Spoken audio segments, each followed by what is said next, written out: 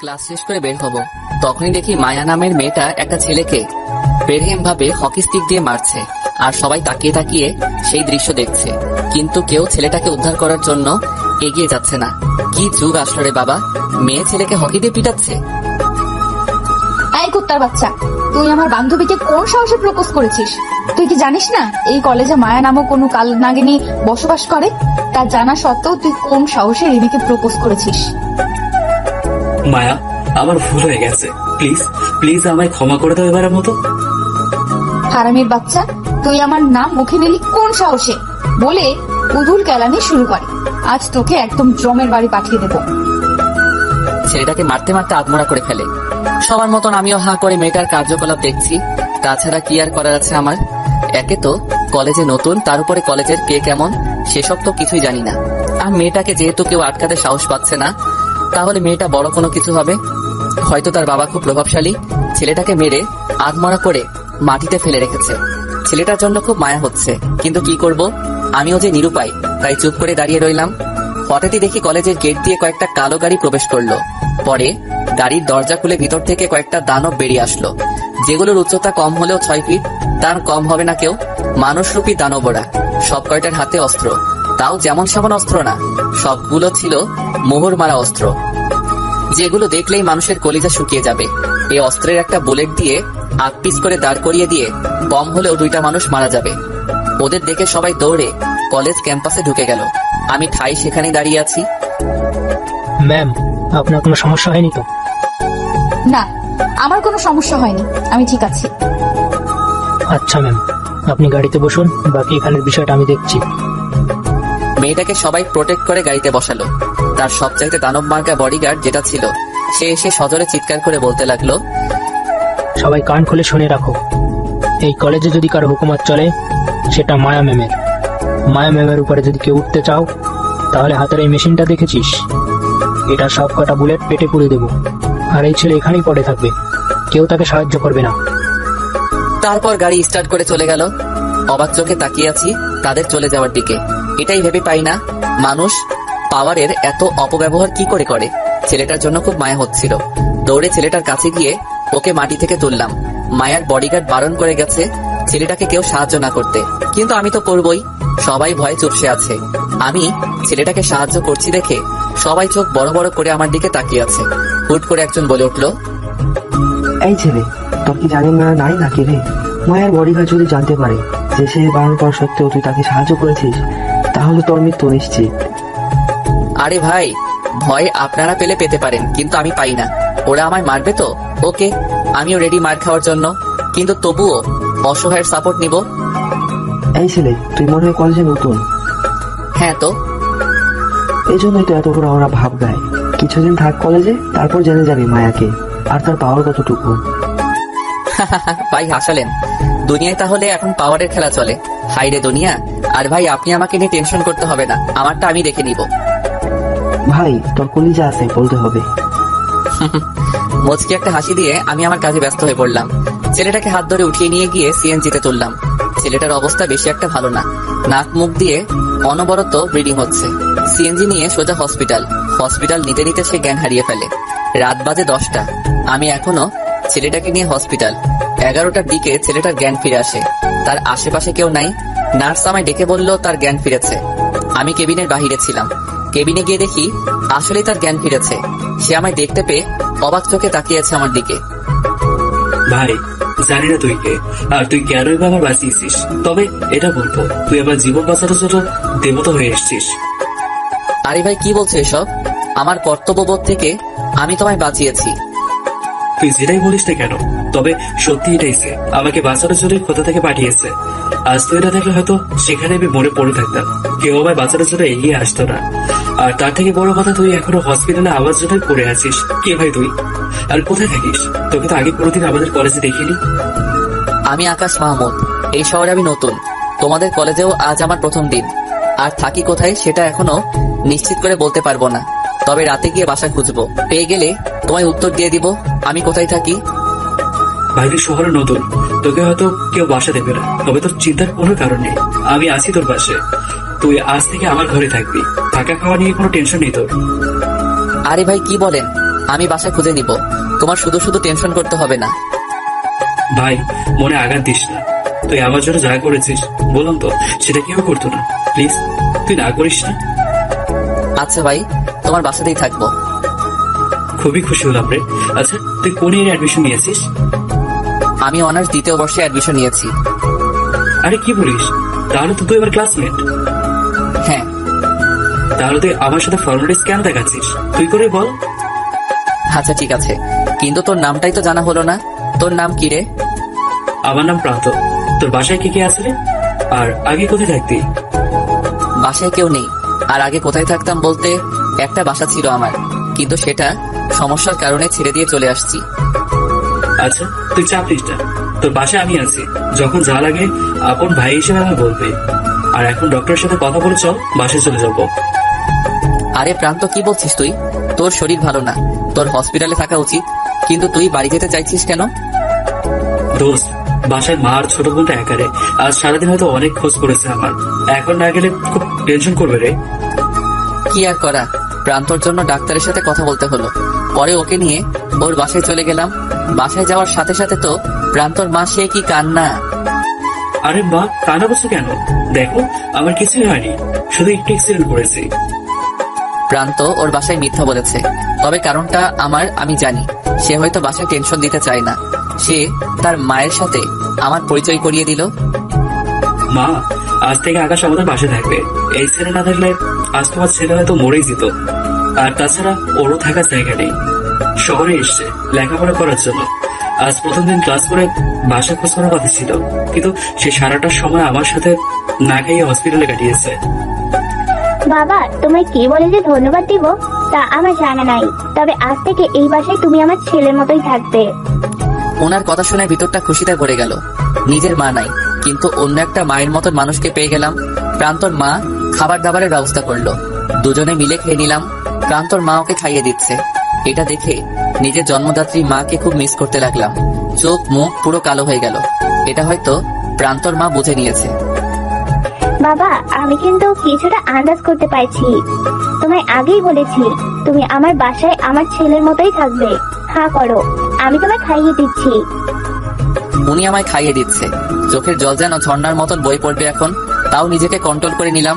খাওয়া দাওয়া শেষে আমাকে একটা রুম ঠিক করে দিল। বাবা আজ থেকে তুমি এখানেই থাকবে। রুমে এসে নিজের ব্যাগটা রেখে বিছানায় গা এলিয়ে দিয়েছি। সকালবেলা ঘুম থেকে উঠে নামাজ পড়ে নিলাম, পরে রেডি হচ্ছি কলেজের জন্য।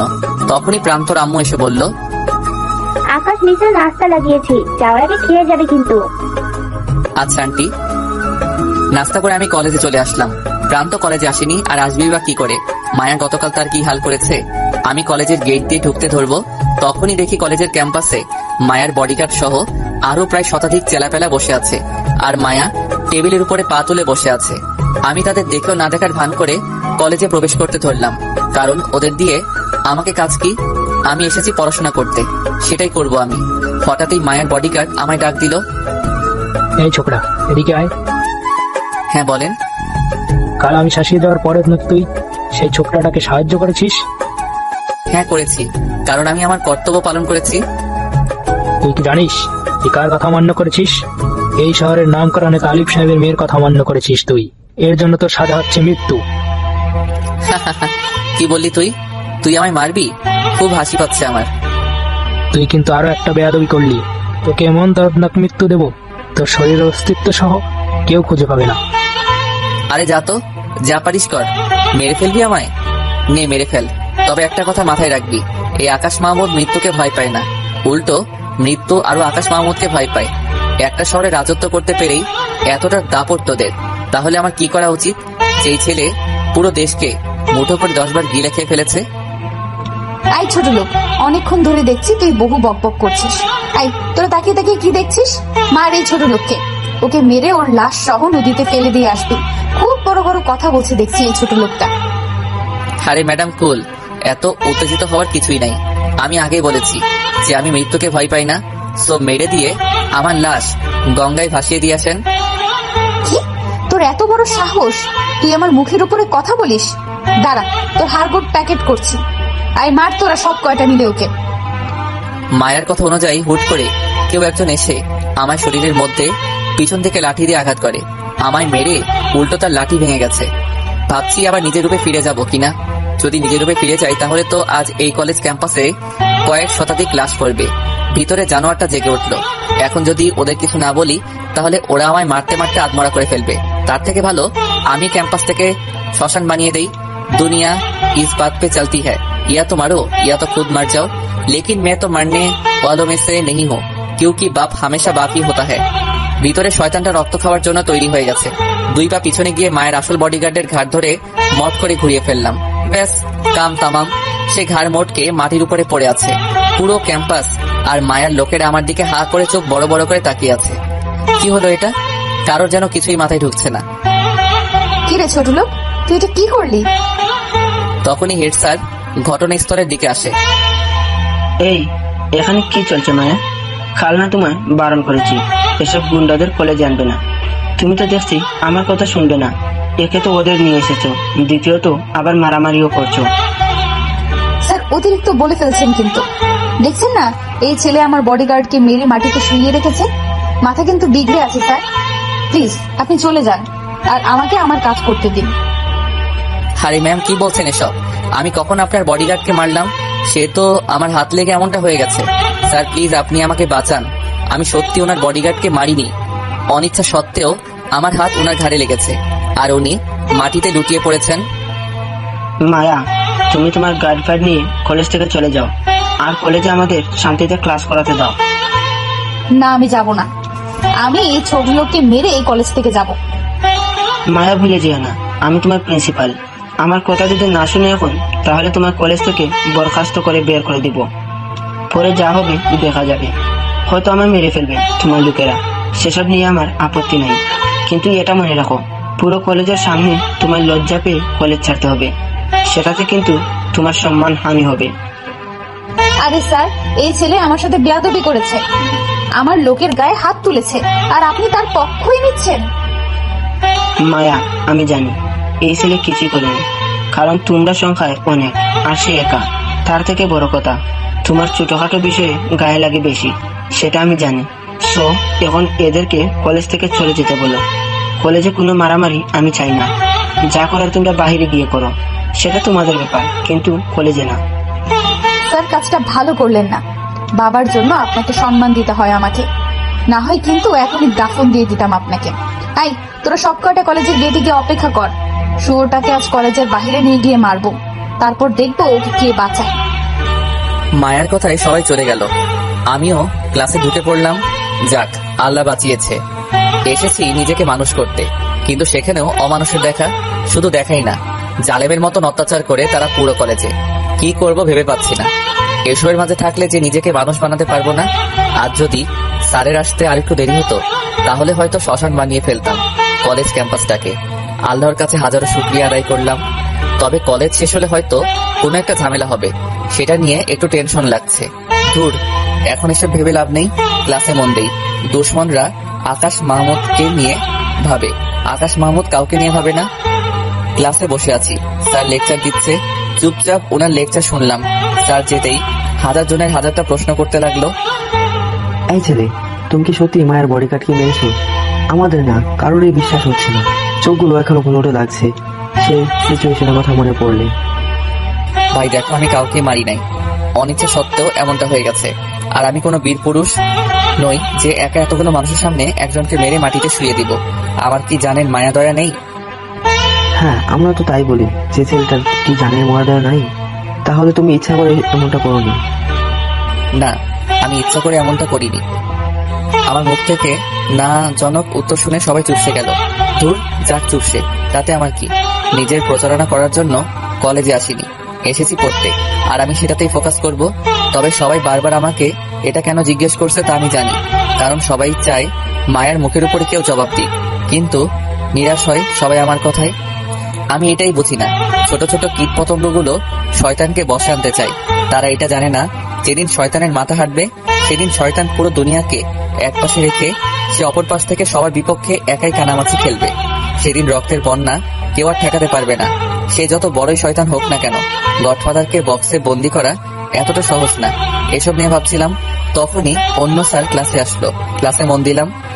ক্লাস শেষ করে বের হয়ে দেখি কলেজের গেটের সামনে হায়নাগুলো আমার জন্য অপেক্ষা করছে। আমি অন্য এক ক্লাসমেটের সাহায্য নিয়ে অন্য রাস্তা দিয়ে পালিয়ে চলে এলাম। বাসায় এসে দেখি প্রান্ত আমার জন্য গেটের সামনে অপেক্ষা করছে। সে আমাকে দেখতে পেয়ে, কিরে, আজ দেখে তুই মায়ের বডিগার্ডকে মেরে কাজ করে দিয়েছিস? আরে না বেটা, সেসব কিছুই হয়নি। বেফাস ভাবে আমার হাত লেগে এমনটা হয়ে গেছে। ও আচ্ছা আচ্ছা, দেখি তোর হাতটা একটু দেখাতো আমাকে। হাত দেখে কি করবি? আরে এমনি দেখবো, হাতটা দেখা তুই। হাতটা প্রান্তর দিকে এগিয়ে দিলাম। আরে আকাশ, তুই আমায় কি শেখাবি? তুই কি এটা জানিস আমি মানুষের হাত পড়তে পারি? কি বলছিস তুই উল্টা পাল্টা? আরে কিছু না, চল বাসায় গিয়ে ফ্রেশ হয়ে খেয়ে নে। প্রান্তর কথার আগামাতা কিছুই বুঝতে পারলাম না। কি সব পাগলের মতন কথা বলছে সে। প্রান্তর সাথে বাসায় ঢুকে গেলাম। খেয়ে দিয়ে নিজের রুমে শুয়ে আছি। হঠাৎই আগের কথাগুলো মনে পড়লো। আমি আকাশ কি ছিলাম আর এখন কি অবস্থায় আছি। তবে জানি না নিজেকে এই বেশে কতদিন ধরে রাখতে পারবো। এটা নিয়েই খালি মনের মধ্যে ভয় হয়, কখন না জানি আমার আবার আগের রূপে ফিরে যেতে হয়। এসব নিয়ে ভাবতে ভাবতে ঘুমিয়ে পড়লাম। বিকেলবেলা প্রান্তর ডাকে ঘুম ভাঙলো। আরে তুই এত সময় পড়ে পড়ে কিসের এরকম ঘুমাচ্ছিস? হ্যাঁ, বিকেল যে হয়েছে, তোর কি সেই খবর আছে? বিকেল বলে হয়েছে, তাতে আমার কি? আরে তোর কি মানে? তুই যে এই এলাকায় এসেছিস আজ 2 দিন হলো, তুই কি এই এলাকাটা ঘুরে দেখবি না? না, দেখবো না। আমি ঘুমাবো এখন আরো। না, এখন আর ঘুমানো চলবে না। চল 2 ভাই মিলে এলাকার সীমানা থেকে একটু ঘুরে আসি। কি আর করা, প্রান্তর জন্য বিছানা ছেড়ে উঠতে হলো। পরে দুজনে মিলে এলাকা দেখতে বের হলাম। দুজনে এলাকার এদিক ওদিক চক্কর খাচ্ছি আর এলাকা ঘুরে ঘুরে দেখছি। হঠাৎ দেখে কয়েকটা ছেলে দাও ছুরি হাতে নিয়ে এদিকে এগিয়ে আসছে। এটা দেখে প্রান্ত দৌড়ে লুকিয়ে গেল। আমি তো সেখানে বেকুবের মতন দাঁড়িয়ে আছি। এছাড়া কি বা করবো আমি? ছেলেগুলো একদম আমার সামনে চলে আসলো। এসে সোজাসুজি আমার কলার চেপে ধরেছে। এই, তোর সাথে যে প্রান্ত ছিল সে কই? তা তো আমি জানি না। দুজন মিলে হাঁটছিলাম, কিন্তু হঠাৎ সে উধাও হয়ে গেল। সত্যি সত্যি বল, সে কই? ওর সাথে পুরনো ঝামেলা আছে আমাদের কিছু। ভালোই ভালোই বলছি, ও কই সেটা বলে দে, না হয় তোর অবস্থা কিন্তু খারাপ হয়ে যাবে। আরে ভাই, সে কই আমি কেমনে বলবো? আমি আসছি আজ এলাকায় নতুন, তাকে নিয়ে ঘুরতে বের হইছি, আর তোমরা এসে আমার কলার ধরে চাপাচাপি করছো। চাপাচাপি না, কোপাকুপি হবে। একটু ওয়েট কর খালি। ভাই আইসে, তারপর তোকে কি মা বানাবো। চুপচাপ দাঁড়িয়ে আছি, ঘন্টার আগামাথা কিছু জানি না, আর তারা এসে আমার শাসাচ্ছে। আবার কাকে জানি ফোনও দিচ্ছে। জি ভাই, মালটাকে পাইনি, তবে তার সাথে আরেকজন ছিল, তাকে পেয়েছি। তাকে এখন আমরা আটকে রেখেছি, আপনি আসেন। ভাই, আমি তো আগামাথা কিছুই বুঝতে পারছি না। আমি কি কোনো ভুল করেছি? না, তুই ভুল করিসনি, তবে ভুল মানুষের সাথে হেঁটেছিস, তার জন্য তোর সাজা হবে আজকে। এখন চুপচাপ দাঁড়িয়ে থাক, দিমাগ গরম করিস না। তাদের কথা মতন চুপচাপ দাঁড়িয়ে রইলাম। একটু পর একটা BM-CEJ এর কার এসে সামনে দাঁড়ালো। কে এসে দেখতেও পাচ্ছি না। তার ছেলে পেলে আমায় ঘিরে রেখেছে। মালটা কোথায়? বস, মালটা ওই যে। এত সময় চেহারা দেখতে পেলাম লোকটা আমাকে দেখে সেখানে আটকে গেল। এক পাও আর সামনে আগাচ্ছে না। বস, কি হলো? মালটাকে দেখবেন না আপনি? লা ইলাহা ইল্লা আনতা সুবহানাকা ইন্নী কুনতু মিনাজ জালিমিন। আজ আর কারো রক্ষা নাই। তোরা বাঘকে খাঁচায় বন্দি করেছিস। জীবনের মায়া যদি থাকে তাহলে এখান থেকে দৌড়ে পালা, নয়তো দাফন করার জন্য লাশটাও খুঁজে পাবি না। এটা বলেই বস নিজে গাড়ি নিয়ে সেখান থেকে পালিয়ে চলে গেল। কিসের ড্রাইভার, কিসের কি, নিজের যান বাঁচানো আগে ফরজ। সাঙ্গবাঙ্গ সবাই বসের কাণ্ড দেখে অবাক। সবাই এখনো সেখানে দাঁড়িয়ে আছে। বসের কথা যেন তাদের কিছুই বুঝে আসলো না। একটা ছেলে বসকে ফোন লাগায়, অনেক কয়বার রিং করে, কিন্তু বস ফোন ধরে না। শেষমেশ গিয়ে ফোন ধরে। বস, আপনি এভাবে চলে এলেন যে? তোরা এখানে সেখানে রয়ে গেছিস, তাড়াতাড়ি সেখান থেকে পালা। যাকে তোরা আটক করেছিস যে কোনো সাধারণ মানুষ না, সে একটা মনস্টার। প্রাণপ্রিয় ছোট ভাই, তাড়াতাড়ি পালারে তোরা সেখান থেকে, না এসে একাই তোদের সব কয়টাকে গিলে খাবে। তোদের সাথে হয়তো আবার আর শেষ দেখা হবে না। নেতার আমার কথা শুনে সবাই আকাশকে ছেড়ে দিয়ে সেখান থেকে পালিয়ে চলে গেল। আকাশে যেন কি হচ্ছে কিছু মাথায় ঢুকছে না। তবে এইটুকু সে বুঝতে পেরেছে, হয়তো আকাশকে তাদের বস চেনে। বাসায় চলে এলাম। এসে দেখি প্রান্ত বসে বসে রুমে হাঁপাচ্ছে। কিরে, তুই আমায় ছেড়ে চলে এলি কেন? আর তোদের সাথে ওর কিসের ভেজাল? আগে তুই এটা বল, তোকে ওরা আস্ত ছেড়ে দিয়েছে কি করে? আমি তো তোর জন্য টেনশন করতে করতে মরেই যাচ্ছি। সে তো আমি নিজে জানি না। তাদের নেতা আসলো, পরে আমায় দেখে সে গাড়ি স্টার্ট করে চলে গেছে। যাক, পরিচয় একটু ঠান্ডা হলো। আরে এখন তো বল কি ঝামেলা তাদের সাথে তোর? ভাই বলিস না রে, আগে খুব মারামারি করতাম আমি। একবার আমাদের ফ্রেন্ডদের মধ্যে একটা মারামারি হয়। তার ছোট ভাইও আমাদের ফ্রেন্ড, সে আমাদের সাথে ঘুটি করেছিল। পরে আমরা মিলে তাকে গেলাই। এরপর থেকে পিন্টু ওর বড় ভাই, সে আমাদের পিছু লাগে। ওর বড় ভাইয়ের মোটামুটি পাওয়ার আছে। ভাই তোরা পারিসও বটে, আর তুই টেনশন নিস না। আজকের পর হয়তো তারা আর তোকে কিছু করবে না। মানে বুঝলাম না, তারা আমায় আজকের পর আর কিছু করবে না? তুই সেটা জানলি কি করে? আরে এমনি বললাম, হয়তো আর কিছু করবে না। এখন চল, আন্টি নাস্তা লাগিয়েছে টেবিলে, খেতে যাব। তারপর দুজনে মিলে খেয়ে নিলাম। সেদিনটা সারাদিন প্রান্ত আর আমি রুমে কাটিয়ে দিলাম। পরের দিন সকালে উঠে কলেজে যাব। রেডি হয়ে কলেজের উদ্দেশ্যে রওনা দিলাম। প্রান্ত এখনো পুরোপুরি সুস্থ না, তাছাড়া মায়া তাকে কিছু একটা করে দেওয়ার ভয় আছে। শুধু প্রান্তকে না, মায়া আজ আমাকেও ছাড়বে না। আমি সেই রকমের প্রস্তুতি নিয়ে গেলাম। রিক্সা করে কলেজে যাচ্ছি। হঠাৎই দেখি মায়া মাঝ রাস্তায় লোকজন জড়ো করে আমার জন্য বসে আছে। আমি তাদের সামনে যেতেই তারা আমায় রিক্সা থেকে টেনে নামিয়ে ফেললো আর মারতে আরম্ভ করলো। মায়া আমার কাছে এসে কয়েকটা থাপ্পড় লাগিয়ে দিল গালে। এই আমি চললাম, বেটাকে কোনো মতেই তোরা ছাড়বি না, আধ মরা করে ফেলবি একদম। এটা বলে মায়া চলে যায় সেখান থেকে। ভিতরে ভিতরে খুব ভয় হচ্ছে। আল্লাহ না জানি আজ ওদের কি হয়। নিজেকে নিয়ে ভয় নাই, কিন্তু যারা আমায় মারতে এসেছে তাদের নিয়ে ভয় হচ্ছে। আমি যদি একবার আমার রূপ নিয়ে নেই, তাহলে কারোর বাপের সাধ্য নাই আমাকে আটকানোর। মনে মনে খোদার কাছে দোয়া করতে লাগলাম, আল্লাহ তুমি আমার হাত থেকে ওদেরকে রক্ষা করো। তখনই কোথা থেকে জানি কয়েক শতাধিক ছেলে পেলে চলে আসে গাড়ি করে। তাদের সবার মুখে কাপড় বাঁধা, কারো চেহারে দেখা যাচ্ছে না। এসেই মায়ের লোকদেরকে ইচ্ছে মতন মারতে শুরু করে। মারতে মারতে রক্তের নহর বানিয়ে ফেলেছে সেখানে। আর আমি তাদের কাণ্ড দেখে থ হয়ে তাকিয়ে আছি তাদের দিকে। কে এরা? মায়ের লোকজন মারকে সবাই মাটির সাথে গড়াগড়ি করছে। কে এরা আর কেনই বা এমন করে মারছে মায়ের লোকেদের? আবার আমায় চারপাশ থেকে প্রোটেক্ট করে রেখেছে। হাজারটা প্রশ্ন মাথার মধ্যে ঘুরপাক খাচ্ছে। তখনই দেখি গতকালে সেই পিন্টু গাড়ি থেকে নামছে, যারা প্রান্তকে মারতে এসেছিল। ও এতক্ষণে বুঝতে পারলাম এরা কার ছেলে পেলে। তবে ও হঠাৎ এখানে কেন? তখনই পিন্টু এসে আমায় চমকে দিল। ভাই, আপনি আমায় মাফ করে দেন। গতকালের জন্য আমি আপনার পা ধরে ক্ষমা চাইছি। ভাই প্লিজ আপনি আমায় মাফ করে দেন, আর কোনোদিন অমন ধারা ভুল হবে না। ভাই, আমি আপনার সামনে ছোটখাটো একটা মশা মাছি, আর কাল আমার ছেলে পেলেরা যা করেছে সেটার জন্য আমি লজ্জিত ভাই। ভাই আমি জানি আপনি সাধারণ কি অসাধারণ, সবাই আপনারা চিনতে ভুল করলেও আমি আপনারা চিনতে ভুল করিনি। আপনি যদি চান তাহলে আমার মতন কয়েক হাজার সাঙ্গপাঙ্গ তৈরি করতে পারবেন। আপনাকে চিনতে আমি ভুল করিনি ভাই। কোন এক রাতে আমি পালিয়ে এসেছিলাম প্রাণ হাতে নিয়ে। সেই রাতে কিছু সংখ্যক ছেলে নিয়ে কয়েক শতাধিক ছেলে পেলেকে চিরতরে নিদ্রায় পাঠিয়ে দিয়েছিলাম। আপনি সেই ভয়ঙ্কর মনস্টার। সেদিন রক্ত স্রোতে আপনার চেহারা ভালো করে দেখতে পারিনি, তবে আপনার আগুনের মতন জলজল করা চোখগুলো আমি দেখেছিলাম। চুপচাপ সবকিছু ভুলে যা। আর আমি কে সেটা যখন জেনেই গেছিস, তাহলে মুখে তালা লাগিয়ে ফেল। আর তোরা মায়ের লোককে মারলি কেন? মায়ের বাবাকে সেটা কি তোরা জানিস না? ওর বাবার কানে যদি এসব খবর যায়, তাহলে তুই পিন্টুকে তো জীবিত কবর দিয়ে দিবে। ভাই আপনি কি, সেটা আমার মুখ থেকে কেউ জানতে পারবে না। তার মায়ের বাবা যত বড় নেতা হোক না কেন, আপনি তার বাপেরও বাপ। আপনার গায়ে হাত দিবে এমন বুকের পাটা কারণ নাই এই শহরে। এই শহরে কেন, পুরো দেশে একটা মানুষ পাওয়া যাবে না। আর হ্যাঁ, আমি জানি মায়ের বাবা অনেক পাওয়ারফুল মানুষ, তবে আপনি থাকতে মায়ের বাবা আমাদের একটা লোমও বাঁকা করতে পারবে না। আর তাছাড়া আমরা তো মুখ ঢেকে এসেছি, কেউ আমাদের চিনতেও পারবে না। হয়েছে, এবার থাক তোরা, আমি কলেজে যাব। তারপর তাদের বিদায় করে কলেজে চলে এলাম। কলেজে আসার পর মায়া আমায় দেখে তো চোখ বড় বড় করে তাকিয়ে আছে। কিরে, তুই এখনো স্বাভাবিক কি করে? তোকে ওরা মারেনি? আমায় মারবে কি? বিপরীত পক্ষে এসে তোমার লোকদেরকে মেরে গেছে। এই কি বললি তুই? আমায় তুমি বলার সাহস কে দিয়েছে তোকে? কেউ দেয় নাই। তাহলে বললি কেন? ইচ্ছা হয়েছে তাই বলেছি। দাঁড়া, তোর ইচ্ছে বের করছি। এটা বলে ঠাস করে আকাশের গালে থাপ্পড় বসিয়ে দেয়। থাপ্পড় খেয়ে লজ্জায় পড়ে গেলাম। তবে ভাগ্যিস তেমন কেউ দেখেনি।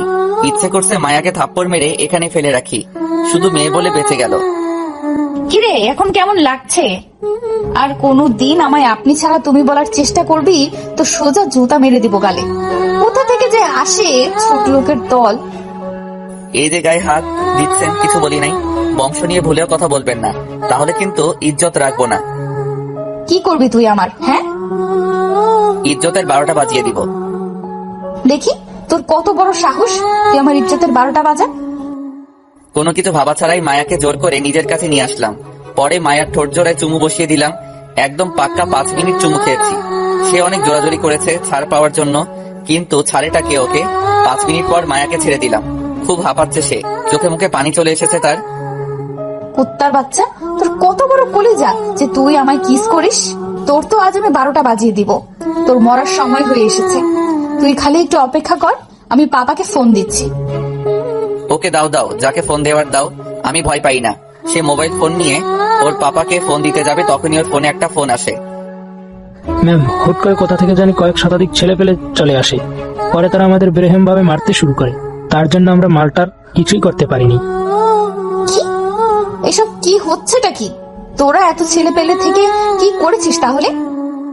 ম্যাম সরি, আমরা বুঝতে পারছি না কি ঘটেছে আমাদের সাথে। রাখ তুই ফোন। মায়া ফোনটা রেখে দিয়ে আমার দিকে চোখ গরম করে তাকিয়ে আছে। কি আরো চুমু খেতে ইচ্ছে করছে? তাহলে কাছে আসো, আবার জড়িয়ে ধরে চুমু দেই। তোকে আমি শায়েস্তা করেই ছাড়বো। একে তো তোর এই আচরণের জন্য, দুই তোর কারণে আমার ছেলেপেলেরা মার খেয়েছে সেজন্য। কতদিন কাকতালীয় ভাবে বেঁচে যাবি মনে রাখিস। আমি একটা বাঘের মেয়ে যে এক ডাক দিলে পুরো শহর কাঁপে, আর তার মেয়ের সঙ্গেই পাঙ্গা। পাঙ্খা কেটে দেবো তোর, ওয়েট কর খালি। এই শহরের সবাই এক নামে চিনে আমায়, লেডি ডন। তুই সেই লেডি ডনের সাথে বেয়াদবি করেছিস, এটার ফল তুই পেয়ে যাবি। তারপর হরহরিয়ে আকাশের সামনে থেকে চলে গেল। মায়ের কথা শুনে খুব জোরে হাসি পাচ্ছিল, কিন্তু সাইলেন্ট ছিলাম, কারণ না হয় আরো রেগে যাবে মহারানী। শালার পাওয়ার রে, কি আর বলবো। সে একটা বাঘের মেয়ে, তার বাবা বাঘ, আর আমি এলাকার পোষা কুত্তা। সবই কপাল, দুনিয়ার মানুষ এমনই, শক্তের ভক্ত নরমের জম। শালার এখন যদি নিজের রূপটা ধারণ করি না, তাহলে তোর বাবা এসে আমার জুতা পরিষ্কার করার জন্য সিরিয়াল ধরবে, আর তার মেয়ে হয়ে এসে পার্ট নেয় আমার সামনে। যাক বাপ, আর কিছুই বলবো না। দুনিয়া তোদের রাজত্ব তোরাই কর। ক্লাস করতে চলে গেলাম। মায়া ক্লাস না করে কলেজ থেকে চলে গেছে। তবে মেয়েটার ঠোঁটটা না সেই মিষ্টি ছিল। 5 মিনিট চুমুখেও যেন কম মনে হচ্ছে আমার কাছে। সেসব নিয়ে ভাবছিলাম, তখনই স্যার ক্লাসে আসে। ক্লাস করায় মন দিলাম। স্যার ক্লাস করাচ্ছে, আমি স্যারের লেকচার গুলো মন দিয়ে শুনছিলাম। তখনই কয়েকজন পুলিশ ক্লাসরুমে ঢুকে পড়ে, সাথে কয়েকটা দানবও আছে 6 ফুটওয়ালা। পুলিশ এসে আমার কলার চেপে ধরে টানতে টানতে ক্লাসরুম থেকে বাইরে নিয়ে গেল। আর আমি কি করেছি? আপনারা আমায় এভাবে ধরে নিয়ে কোথায় যাচ্ছেন? জমের বাড়ি আলিফ সাহেবের মেয়েকে কিস করছিস? হ্যাঁ, এবার মজা বুঝবি তুই। ও এই ব্যাপার, তার মানে মায়া পুলিশ পাঠিয়েছে আমায় ধরে নিয়ে যাওয়ার জন্য। মেয়েটার যে এত রাগ তা বুঝতেই পারিনি। আমি জানতাম সে আমার উপরে প্রচন্ড খেপা, কিন্তু এত তাড়াতাড়ি আমার 12টা বাজাবে সেটা আমি বুঝতে পারিনি। পুলিশগুলো আমায় টেনে হেসে কলেজ পাঠিয়ে দিয়ে গেল। সেখানে গিয়ে দেখি মায়া আর তার সাথে একটা লোক দাঁড়িয়ে আছে। মায়া আমায় দেখতে পেয়ে, বাবা, এই ছোট লোকটা আমার সাথে বেয়াদবি করেছে, ওরে আজকে আমি ছাড়বো না। মায়া এসে আকাশের গালের মতো কয়েকটা থাপ্পড় বসিয়ে দেয়। তখনই পেছন থেকে মায়ের সাথে থাকা লোকটা মায়াকে আটকে নেয়। মায়া, তুই বাড়ি যা, আমি ওকে দেখছি। আমার মেয়ের সাথে বেয়াদবি করার ফল ওকে বুঝিয়ে দেব। লোকের কথা শুনে বুঝতে বাকি রইল যে তিনি মায়ের বাবা। মায়া চলে গেল, আর মায়ের বাবা এসে আকাশের কলার চেপে ধরে। এই শুয়োরের বাচ্চা, তোর কত বড় সাহস যে তুই আমার মেয়ের সাথে অসভ্যতামি করিস? তুই কি জানিস না মায়া কার মেয়ে? স্যার আমি কিছুই করিনি। মায়া নিজেই আমার সাহসের পরিচয় দিতে বলেছে, তাই আমি তাকে কিস করেছি। জানোয়ারের বাচ্চা, তুই আবার আমার মুখে মুখে তর্ক করছিস?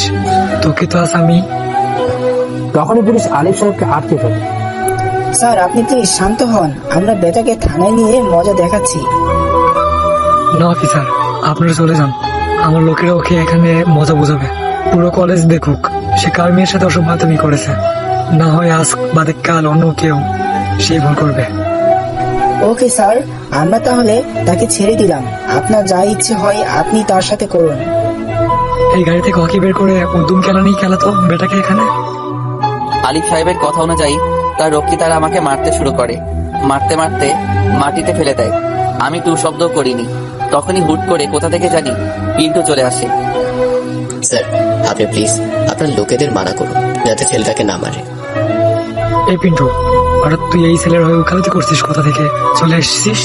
তুই কি জানিস সে আমার মেয়ের সাথে কি করেছে?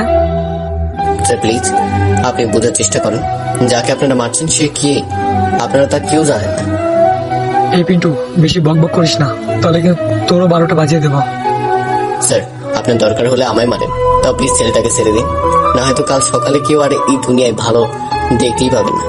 যাকে আপনারা মারছেন সে একটা ঘুমন্ত হায়না, একবার ছুটে গেলে সব কয়টা রক্ত পান করা ছাড়া থামবে না।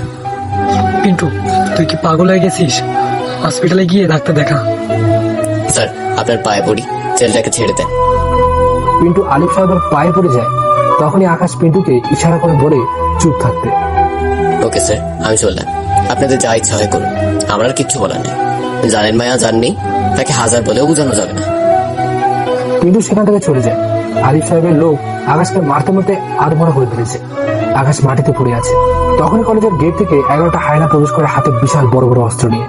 আলিফ সাহেব হায়নাগুলোকে দেখে থরথর করে কাঁপতে শুরু করে। হায়না একটা চেঁচিয়ে বলে ওঠে, আজ রক্তের বন্যা বহাবো এই কলেজ মাঠে। হায়নার গলার শব্দ শুনে আকাশ মাটিতে শুয়ে সজোরে হাসতে আরম্ভ করে। मैंने बोला था मेरा दिमाग হাঁটি তো দুর্ঘটনা ঘাটি। এখন কার বাপের সাধ্য আছে দেখি, পারলে তোরা আমার রক্ত খাওয়া থেকে আটকা। মাটি থেকে উঠে দাঁড়ালাম, কিন্তু নিজের শরীরের ব্যালেন্স রাখতে পারছি না, ঢুলে পড়ে যাচ্ছিলাম বারবার। তখনই হায়নার দল এসে আমায় ধরে ফেলে। ভাই, আপনি ঠিক আছেন তো? আপনার এই অবস্থা যে করেছে তাদের তো আর শ্মশান ঘাট পর্যন্ত এগিয়ে দিয়ে আসবো। হ্যাঁ, আমি ঠিক আছি, আর তোদের কিছু করতে হবে না, ওদের আমি দেখছি। তোরা খালি দাঁড়িয়ে দাঁড়িয়ে তামাশা দেখ। পুরো কলেজ হা হয়ে তাকিয়ে তাকিয়ে দৃশ্য দেখছে। এ যেন এককাল নেমে এসেছে কলেজ মাঠে। সবাই হায়নাগুলোর ভয়ে দৌড়ে যে যার মতন নিজেকে আড়াল করে ফেলে। হায়না একটার হাত থেকে মেশিন একটা হাতে উঠিয়ে নিলাম। আমায় মারিস? তোদের কত বড় সাহস! আজ মেশিনের ডাট দিয়ে মেরে আলিফ সাহেবের মস্তক কয়েক ভাগে বিভক্ত করে ফেলবো। মেশিন দিয়ে আলিফ সাহেবের দিকে ঢুলতে ঢুলতে এগিয়ে গেলাম। আলিফ সাহেবের ঘুমন্ত বাক্যে জাগাতে হয় না, না হয় নিজের এই প্রাণ হারানোর ভয় থাকে, কিন্তু আপনি সেটাই করলেন। এখন আমার হাত থেকে আপনাকে কে বাঁচাবে? এই ছেলে, তুই কাকে কি খুব বলছিস? তুই জানিস না আমি কে, আমার কত পাওয়ার? আমি চাইলে তোকে এখানে মেরে পুঁতে ফেলতে পারি। আলিফ সাহেব, আপনার কথা শুনে প্রচুর হাসি পাচ্ছে। আপনি যা বললেন তা কখনোই পারবেন না, কারণ এই যে দেখছেন হায়নাগুলো এক একটা রক্তচোষা হায়না। একটা হায়না যদি আপনার বিপক্ষে দাঁড়িয়ে যায়, তাহলে 3 অক্ষরের আলিফ নামের মতন আপনাকেও মেরে 3টা খণ্ডে বিভক্ত করে ফেলবে। এই তোরা তাকিয়ে তাকিয়ে কি দেখছিস?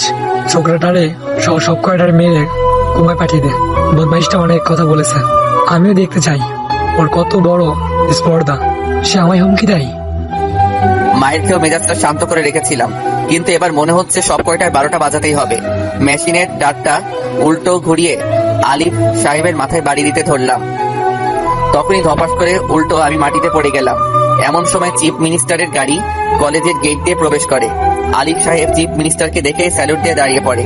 চিফ মিনিস্টার তার সালামের উত্তর না নিয়ে সোজা আলিফ সাহেবের কলারের মধ্যে ধরে ফেলে। এই জানোয়ার, তুই কার গায়ে হাত দিয়েছিস? তুই জানিস এই ছেলে যদি কিছু হয় তাহলে কবরের তলে গিয়ে লুকাতেও শান্তি পাবি না। সেখান থেকে তুলে আবার হত্যা করবে তোকে। শুধু তোকে না, সাথে আমাকে উপরের টিকিট ধরিয়ে দেবে। মিনিস্টার সাহেব, আপনি এসব কি বলছেন? উল্টো পাল্টা। এইটুকু ছেলের কিসের এত ক্ষমতা? বাপ, তোকে বোঝানোর ক্ষমতা আমার নেই। বিশ্বাস কর, যে এই 11 জনকে চোখের সামনে দাঁড়িয়ে আছে না, দেখছিস, এগুলো কোনো মানুষ না, এগুলো এক একটা চিতাবাঘ। এখান থেকে একজনও যদি তোর বিপক্ষে দাঁড়িয়ে যায়, তাহলে তোর বংশসহ কবরে তলি পাঠিয়ে দেবে। মিনিস্টার সাহেব, সত্যি আমার মাথায় কিছু কাজ করছে না। আরে বেটা, তোর মোটা মাথার গুষ্টি মারি। আগে নিজের যান বাঁচানো ফরজ। তুই যা, জাহান্নামে যা। আমি এই ছেলেকে নিয়ে আগে হসপিটালে যাই, না হয় বেটা পরে আমাকেও ছাড়বে না। চিফ মিনিস্টার নিজে আকাশকে মাটি থেকে কোলে তুলে নেয়। পরে আকাশকে নিয়ে সোজা হাসপাতালে চলে যায়।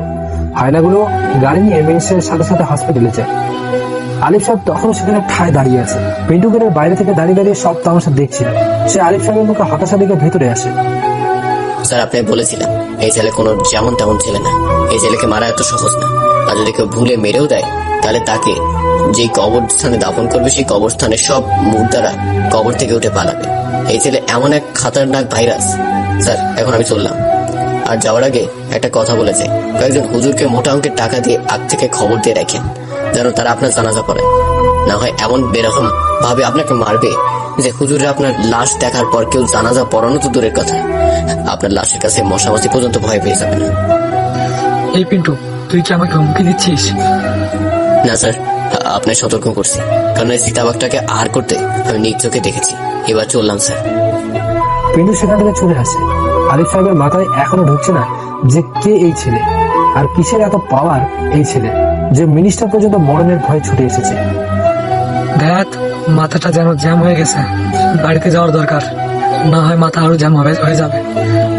পরে তিনি বাসায় চলে যায়। অন্যদিকে আকাশকে হসপিটালে অ্যাডমিট করানো হয়। প্রান্ত বাসার মানুষ খবর পেয়ে তাড়াতাড়ি দৌড়ে হসপিটালে আসে। এসে দেখে চিফ মিনিস্টার আকাশের পাশে বসে আছে। প্রান্তর পরিবার চিফ মিনিস্টারকে দেখে থতমত খেয়ে যায়। প্রান্ত ডাক্তারকে জিজ্ঞেস করে, আকাশ এখন কেমন আছে? আপনার ওর ট্রিটমেন্ট করছেন তো ভালো করে? ইনশাআল্লাহ মোটামুটি ভালো, তোমাদের চিন্তার কোনো কারণ নেই। চিফ মিনিস্টার নিজে তদারকি করে নিয়ে এসেছে, সেখানে ভালো করে ট্রিটমেন্ট হবে না মানি। যাক, তাহলে আকাশ ঠিক আছে? হ্যাঁ ঠিক আছে, তবে 2-1 দিন হসপিটালে রেখে পরে তোমরা বাসায় নিয়ে যেও। আচ্ছা ডক্টর। প্রান্ত আকাশের কেবিনে ঢোকে। তখনই চিফ মিনিস্টার তাদেরকে বলে, এই ছেলে তোমাদের বাড়িতে উঠছে মনে হয়। হ্যাঁ স্যার, সে আমাদের বাসাতেই থাকে। আচ্ছা ঠিক আছে, তবে তোমার কিন্তু ওর ভালোভাবে খেয়াল রাখো, ওর জন্য কোনো কিছুর কমতি না হয়। টাকা পয়সা দরকার হলে আমাকে ফোন দেবে। এই যে ধরো আমার কার্ড, যে কোনো দরকার পড়লেই আমাকে স্মরণ করিও। আচ্ছা স্যার, তবে একটা জিনিস মাথায় কাজ করছে না, কে আকাশ?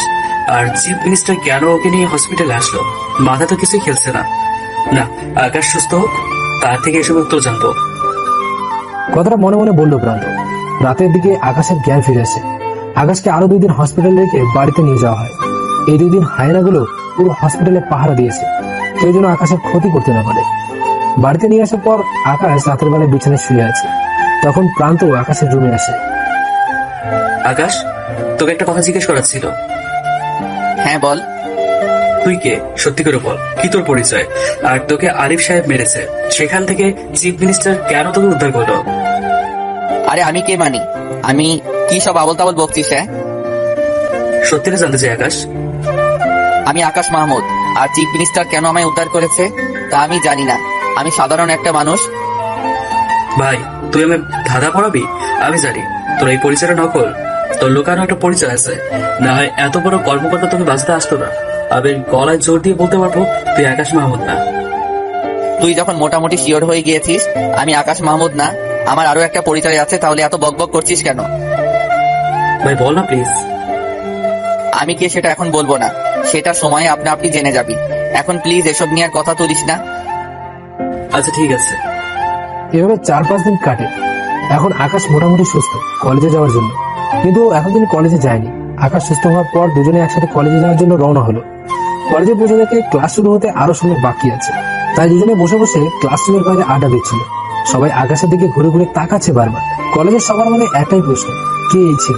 তবে কেউ সাহস করে জিজ্ঞেসও করতে পারছে না। পোশাক আশাক দেখে তো মনে হচ্ছে উচ্চ বংশের মনে হয় কেউ, কিন্তু ছেলেটাকে বাঁচানোর জন্য চিফ মিনিস্টার নিজে কলেজে চলে এসেছে। এবার হুট করে দানব কয়েকটা কলেজে ঢুকে পড়ে। ক্লাস শুরু হয়। আকাশ প্রান্ত দুজনে ক্লাসে বসে বসে লেকচার শুনছে, তবে আকাশের ক্লাসের দিকে কোনো মন নেই। এসেছিলাম খারাপ পরিবেশ ছেড়ে ভালো কিছু করতে, কিন্তু এই শহরের পরিবেশটা যে আরো দূষিত তা কখনো জানতামই না। না, মায়ের বাবা যদি আর বাড়াবাড়ি না করে তাহলে আমিও সব ভুলে যাব, কিন্তু আবার যদি কিছু করার ট্রাই করে তাহলে সত্যি এবার দাফন কাফনের ব্যবস্থা আমি নিজেই করব। আরিফ সাহেব তো ঠান করে রেখেছে যে এই ছেলেকে সে কোনো মতেই ছাড়বে না, তার জন্য চিফ মিনিস্টার ও কলার ধরে রেখেছে। এই ছেলেকে তো ছেড়ে দেওয়ার প্রশ্নই আসে না। আজ কলেজের বাইরে আমি আমার সমস্ত ছেলে পেলে নিয়ে দাঁড়িয়ে থাকবো, আর ওই বদমাইশটার 12টা বাজাবো। ঠিক ঠিক, তিনি তাই করেন।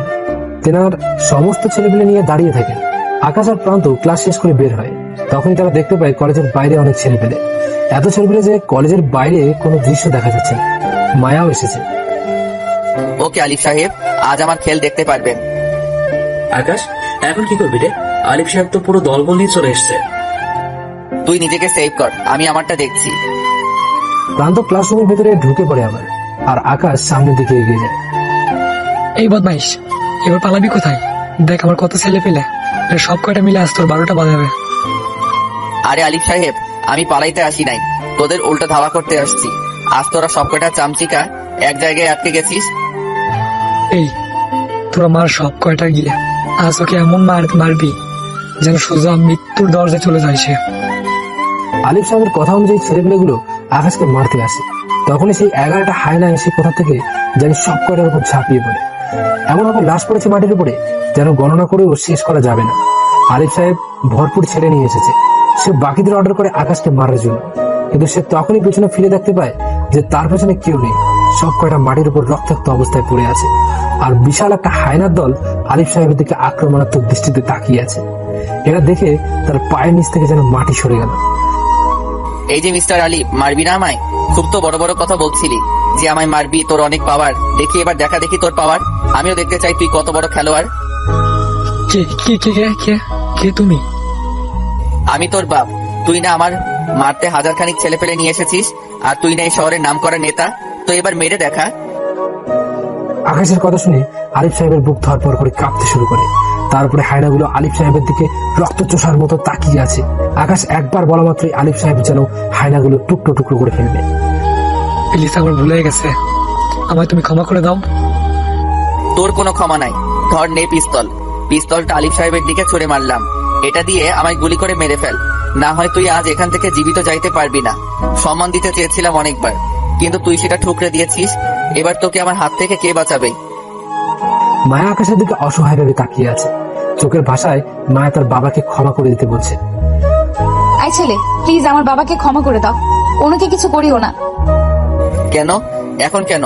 অনেক তো বড় বড় কথা বলেছিলি যে আমি ছোট লোক, আমায় মেরে তোমায় পাঠিয়ে দিবি, কিন্তু এখন এসব থার্ড ক্লাস মার্কা থামকি কোথায় গেল? প্লিজ, আমাদের ভুল হয়ে গেছে, এবারের মতো মাফ করে দাও। তুমি কি সেটা আমরা না জেনে তোমার সাথে বাজে ব্যবহার করেছি। প্লিজ আকাশ, আমাদের মাফ করে দাও। মেয়েটার কথা শুনে কেমন যেন নিজের ভিতরে এক ধরনের খারাপ লাগা কাজ করতে লাগলো। আচ্ছা যাও, ছেড়ে দিলাম তোমার বাবাকে। নেক্সট টাইম পাওয়ারের অপব্যবহার করতে বারণ করিও, আর তুমি নিজেও একটু কম করিও পাওয়ারের অপব্যবহার। না, আর কোনোদিন পাওয়ারের অপব্যবহার করব না আমি। ওকে, আমি চললাম। বাবা, তুমি কে? তোমার পরিচয়টাতে বলে যাও। বেশি কিছু বলবো না আমার সম্পর্কে, তবে এটুকু ধরে রাখেন, আমি কোমায় চলে যাওয়া এক হায়না। যেদিন আমি নিজের রূপে চলে আসবো সেদিন না অনেক মানুষের চোখের ঘুম হারাম হয়ে যাবে। তো এবার চললাম। আকাশ এসব বলে চলে গেল। হায়নাগুলো নিজের মতো চলে গেছে, কিন্তু আলিফ সাহেব এখনো থরথর করে কাঁপছে সেই জায়গায়।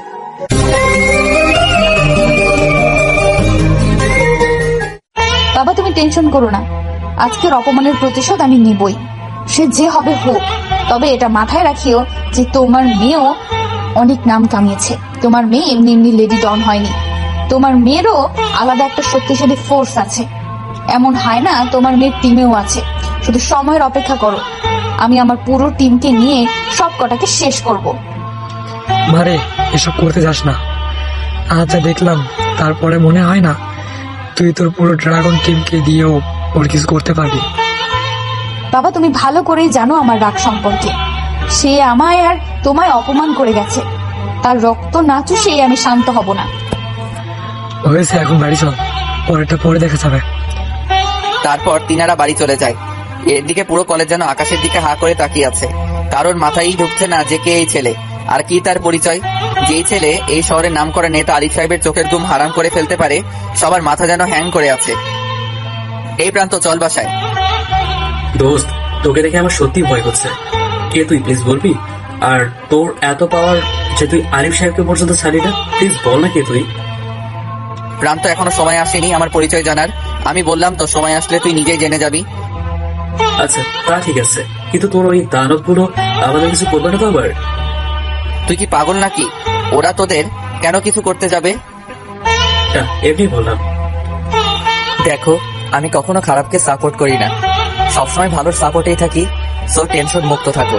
তবে যে আমার সাথে আঙুল বাঁকা করবে তাকে আমি কবর থেকে তুলে মারবো। সে মরে গেলেও তার লাশকে কুপিয়ে টুকরো টুকরো করবো।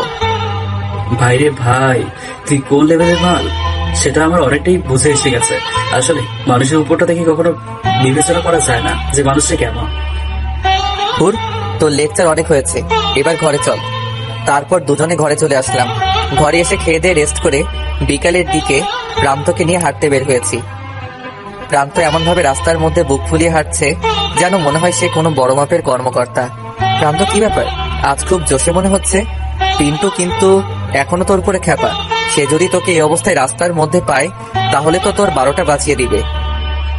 আরে দূর বেটা, ওসব পিটু খাওয়ার সময় নেই আমার এখন। ওসবকে আমি এখন গুনিও না। পিন্টু হুট করে কোথা থেকে জানি চলে আসে। ওই যে দেখ পিন্টু, এবার তোকে কিমা বানাবে। দোস্ত প্লিজ তুই আমাকে বাঁচা। কিরে, তোর বীরত্ব এখন কোথায় গেল? তুই না বলে কাউকে গুনিস না? আরে বেটা, সেটা তো তুই সাথে আছিস তাই বলেছি, কিন্তু এখন দেখ তার সাথে কত ছেড়ে পেলে। সে যদি সত্যি এসে আমাকে কিমা বানিয়ে দেয়। আরে পাগলা, টেনশন করিস না, আমি আছি তোর সাথে। পিন্টু এসে আমার সাথে দেখা করে। ভাই কেমন আছেন? আপনার শরীর ঠিক আছে তো?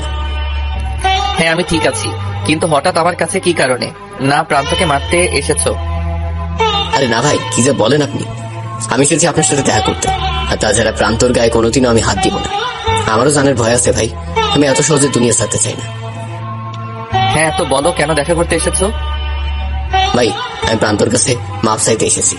প্রান্ত আমার ভুল হয়ে গেছে। আমি যদি জানতাম তুমি সাথে করে কোন এক চিতাবাঘকে নিয়ে ঘুরে বেড়াচ্ছ, তাহলে কোনোদিনও তোমায় মারতে আসতাম না। হ্যাঁ এখন কেন? খুব তো দাবট দেখিয়েছিলেন, এখন কই গেল ওইসব দাবট? ভাই আমার ভুল হয়ে গেছে, আমি মাফ করে দাও। হ্যাঁ মনে রাখি, কিন্তু এরপর যদি আমার সাথে লাগতে আসেন তাহলে কিন্তু আকাশ আপনাদের কাউকে ছাড়বে না। না ভাই, মরে যাবো, তা ওসব কথা ভাববো না।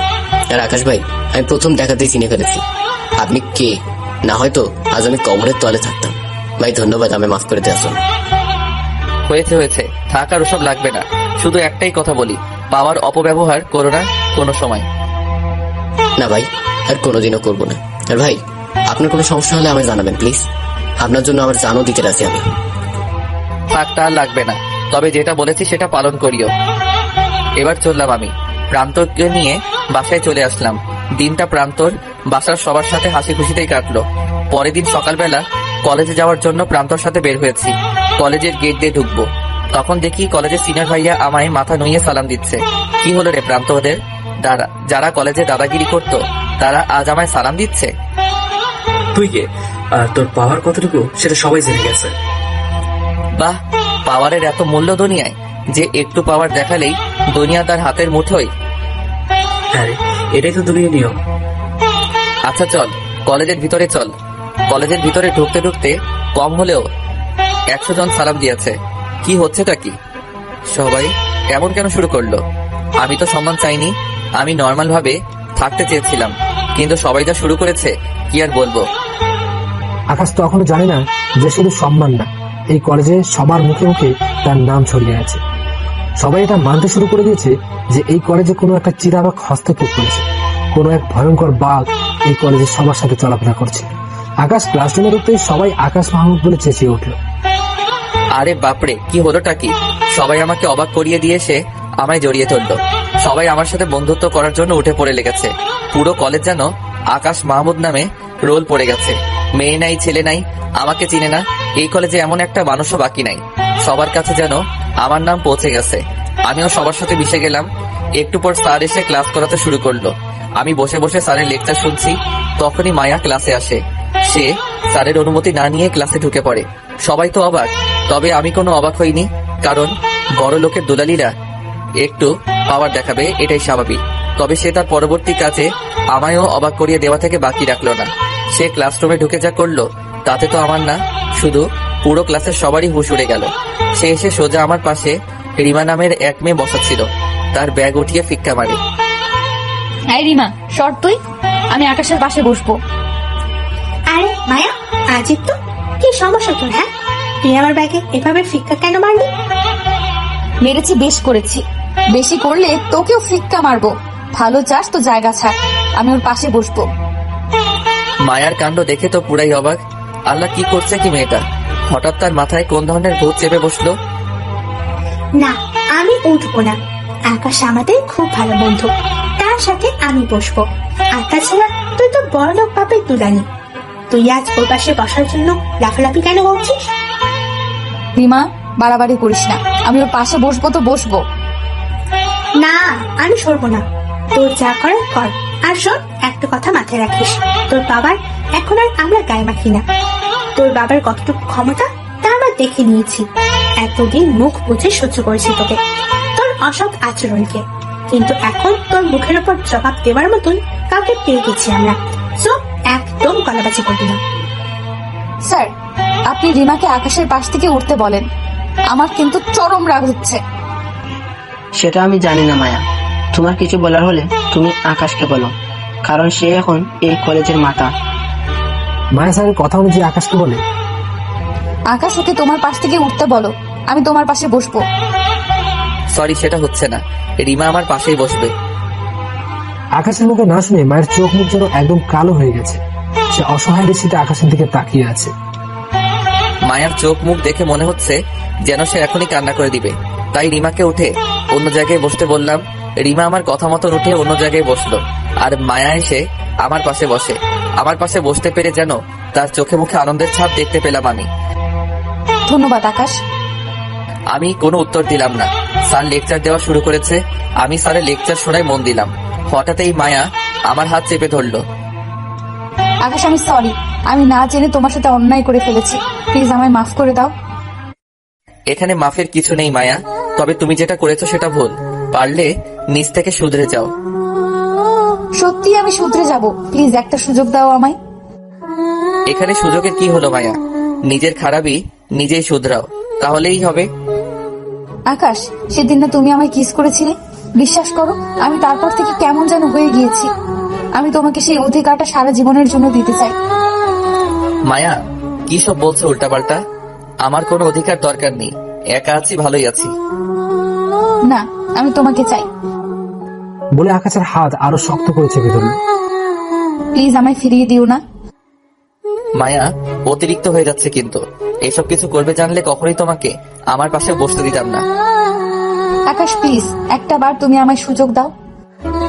দেখ, মেজাজটাই খারাপ হয়ে যাচ্ছে আমার। স্যার, আমি চললাম, আমার আর ক্লাস করতে ইচ্ছে করছে না। আকাশ স্যারকে বলে ক্লাস থেকে বের হয়ে আসলো। আকাশের পিছন পিছনে মায়াও বের হয়ে আসলো ক্লাস থেকে, তবে অনুমতি ছাড়া। আকাশ এসে কলেজ ক্যান্টিনে বসে আছে, মায়াও তার পিছু পিছু ক্যান্টিনে আসে। এই তুমি আমার পিছনে পিছনে এখানেও চলে এসেছো? আকাশ প্লিজ, একটু বোঝার চেষ্টা করো, আমি তোমায় ভালোবেসে ফেলেছি। হাসালে মায়া, কি আমার সাথে পেরে উঠতে না পেরে নতুন চাল চালছো? আকাশ বিশ্বাস করো, সত্যি তোমায় আমি ভালোবেসেছি। আমি তো তোমাকে ভালোবাসি না, আর তাছাড়া তোমাকে আমি কেন, কেউ তোমাকে ভালোবাসবে না। তোমার যে চাল চলন, তাতে ভালোবাসা তো দূরের কথা, সেসব নিয়েও কেউ ভাববে না। কিন্তু আকাশ, আমি তোমায় নিয়ে সেসব ভাবি, প্লিজ একটা সুযোগ দাও না, আমি সত্যি তোমার জন্য বদলে যাব। বদলে কি হবে? আমার মনে তো তোমাকে নিয়ে কোনো ভালোবাসা নেই। তার মানে কি তুমি আমায় ভুল শুধরাতে সুযোগ দিবে না? আমি তো সেসব কিছুই বলিনি মায়া। তাহলে একটা সুযোগ দাও না। আমি জানি না আমি তোমায় কিভাবে এতটা ভালোবেসে ফেলেছি, শুধু ভালো না, অনেক ভালোবেসে ফেলেছি। প্লিজ তোমার কাছে একটা সুযোগ ভিক্ষা চাই। মেয়েটার কথা শুনে মায়া লেগে গেল। আচ্ছা যাও, একটা সুযোগ দিলাম, তবে 2 মাস সময় তোমার হাতে। এই কয়দিনে তুমি আমায় পারলে নিজের করে নাও, পারলে আমার মনে ভালোবাসার সৃষ্টি করো, তাহলে তোমাকে নিয়ে আমি ভাববো। আচ্ছা ঠিক আছে, 2 মাসে তোমাকে আমি ভালোবাসা দিয়ে নিজের করে নেব। তবে হ্যাঁ, কোনো রকমের অন্যায় আচরণ বা জুলুম তুমি আমার উপরে করতে পারবে না। আচ্ছা ঠিক আছে, কোনো অন্যায় বা জুলুম আমি করব না, ভালোবাসা দিয়ে তোমায় আমি আদায় করে নেব। ওকে, তাহলে এখন থাকো, ক্লাস ছুটি হবে একটু পর। প্রান্ত বের হবে এখন, বাসায় যেতে হবে আমার। একটু পর ক্লাস ছুটি হলো, আমি আর প্রান্ত বাসায় চলে এলাম। তবে মনে মনে মায়ার কথা ভাবছিলাম, তাকে কি সুযোগ দিয়ে আমি নিজের বিপদ ডেকে আনছি? না, প্রান্তর সাথে এসব নিয়ে একটু আলোচনা করা দরকার। প্রান্ত, তোকে একটা কথা বলার ছিল। হ্যাঁ বল। মায়া আমায় ভালোবাসার অফার করেছে, তাকে আমি 2 মাস সময় দিয়েছি আমায় নিজের করে নিতে। তবে তাকে আমি ভালোবাসি না। আমি কি কাজটা ঠিক করলাম? আকাশ দেখ, যেহেতু জীবনে কাউকে না কাউকে আপন করতে হবে, তাহলে তাকে তুই সুযোগ দিয়ে ঠিক করেছিস। তবে আমার কেমন যেন খটকা লাগছে তাকে নিয়ে, হুট করে কেমন পরিবর্তন হয়ে গেল মেয়েটা। আমিও ঠিক সেটাই ভাবছি। আরে টেনশন নিস না, সে যদি কোনো খারাপ চিন্তা নিয়ে তোর সাথে এসবে জড়াতে চায়, তাহলে তোর কোনো ক্ষতি সে করতে পারবে না, কারণ তুই কোন বনের বাঘ সেটা সে জেনে গেছে। সে আমার ক্ষতি অবশ্য করতে পারবে না। আরে ছাড় তো সেসব কথা, এখন চল বাইরে থেকে ঘুরে আসি।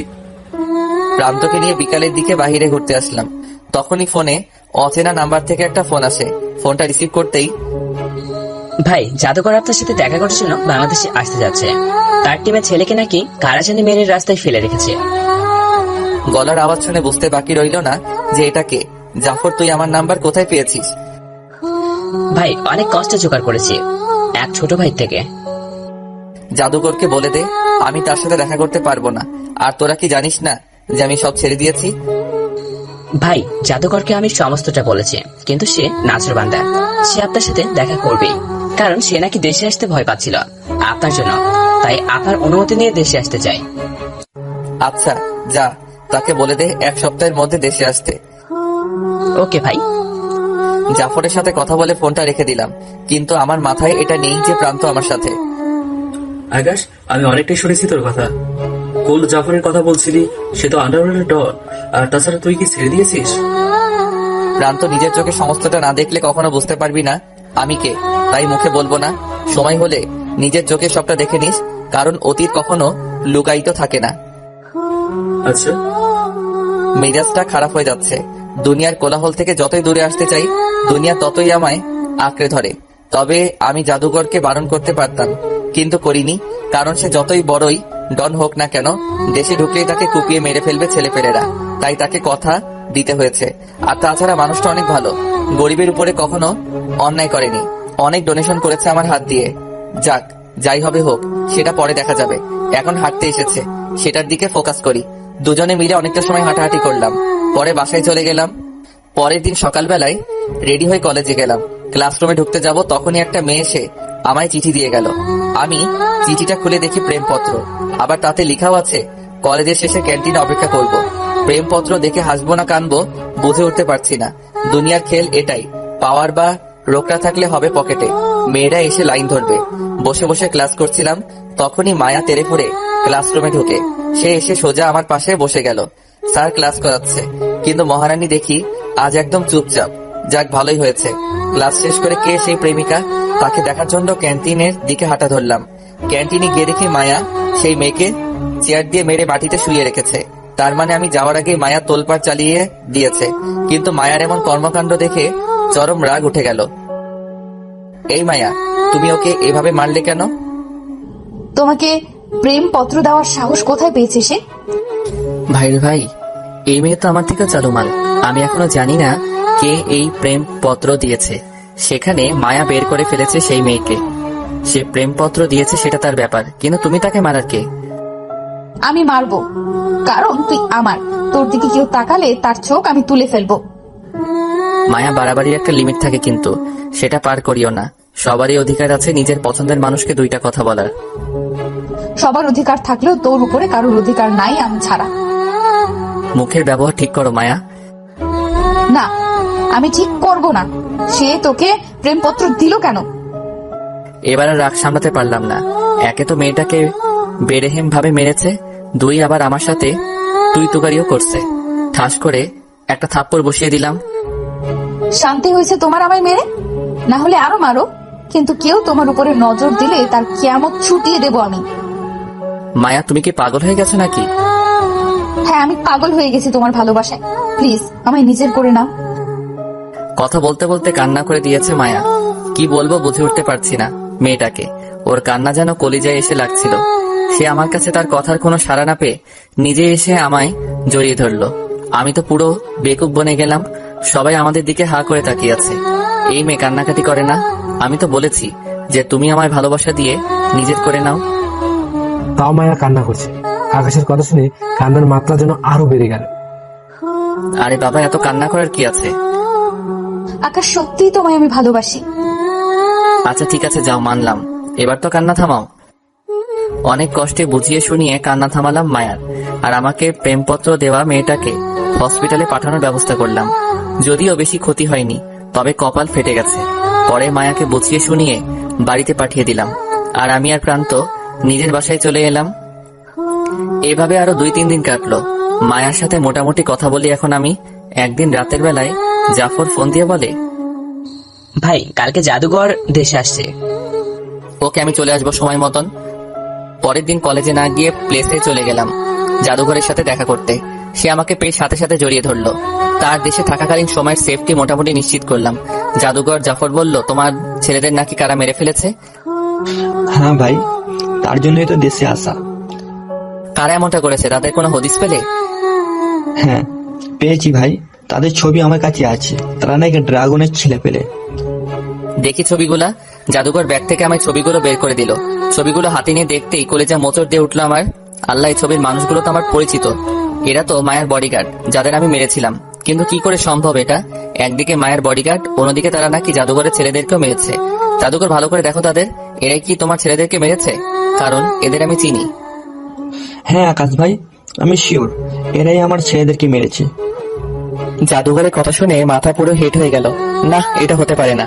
আর জাদুঘরের কথা যদি সত্যি হয়, তাহলে মায়ার সাথেও এর কোনো সম্পর্ক আছে। ওকে, আমি বিষয়টা দেখছি। তারপর সেখান থেকে চলে এলাম, বাসায় রওনা হয়েছি। আজ তো কলেজ যাওয়া হবে না আর। তখনই প্রান্ত ফোন দিয়ে বলল, দোস্ত, মায়া তোর খোঁজ করছে। সে এখনো বাসায় যায়নি তোর জন্য। আমারও যেতে দিচ্ছে না, বলছে তুই না আসলে সে বাসায় যাবে না, আর আমাকেও যেতে দেবে না। তুই প্লিজ যেখানে আসিস তাড়াতাড়ি কলেজে আয়। প্রান্তর মুখে এসব শুনে টেনশনে পড়ে গেলাম। মেয়েটা নাকি আমার জন্য পাগলামো করছে। যদিও মায়াকে আমি ভালোবাসি না, তবে যে আমায় ভালোবাসে তাকে তো অবহেলা করা যায় না। তাই বাসায় না গিয়ে সোজা কলেজে চলে গেলাম।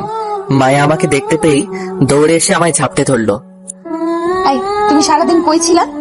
আর আজ কলেজে আসোনি কেন? কাজের জন্য কলেজে আসিনি। কিন্তু তুমি কান্না করছো কেন? আমার খুব কষ্ট হচ্ছে। ইচ্ছে করছিল তুমি যেখানে আছো তোমার কাছে ছুটে চলে যাই। মায়া, তুমি কি পাগল হয়ে গেছো? আর আমার জন্য কষ্ট কেন হবে তোমার? আকাশ, তুমি কি বোঝো না তোমায় যে আমি খুব বেশি ভালোবাসি। তোমায় ছাড়া থাকতে আমার কষ্ট হয়। মায়া, হয়তোবা এটা তোমার আবেগ। যে মেয়েটা 2 দিন আগে আমার রক্ত খাওয়ার জন্য পাগল হয়েছিল, সে আজ আমায় ছাড়া কিছু বোঝে না। এটা কেমন যেন রহস্যজনক আমার কাছে। আকাশ, তুমি আমার ভালোবাসা নিয়ে সন্দেহ করছো? না, তা করছি না, তবে কৌতূহল থেকে জিজ্ঞেস করলাম। বিশ্বাস করো আকাশ, আমি তোমায় নিজের জীবনের থেকেও বেশি ভালোবাসি। প্লিজ আমি একটু বোঝার ট্রাই করো। মায়া, আমায় সময় দাও, তোমাকে নিয়ে পরে ভেবে দেখবো। এখন অনেক দূর থেকে এসেছি, মাথা ব্যথা করছে আমার। আচ্ছা, তুমি ঘরে গিয়ে রেস্ট নাও। প্রান্তকে নিয়ে ঘরে চলে আসলাম।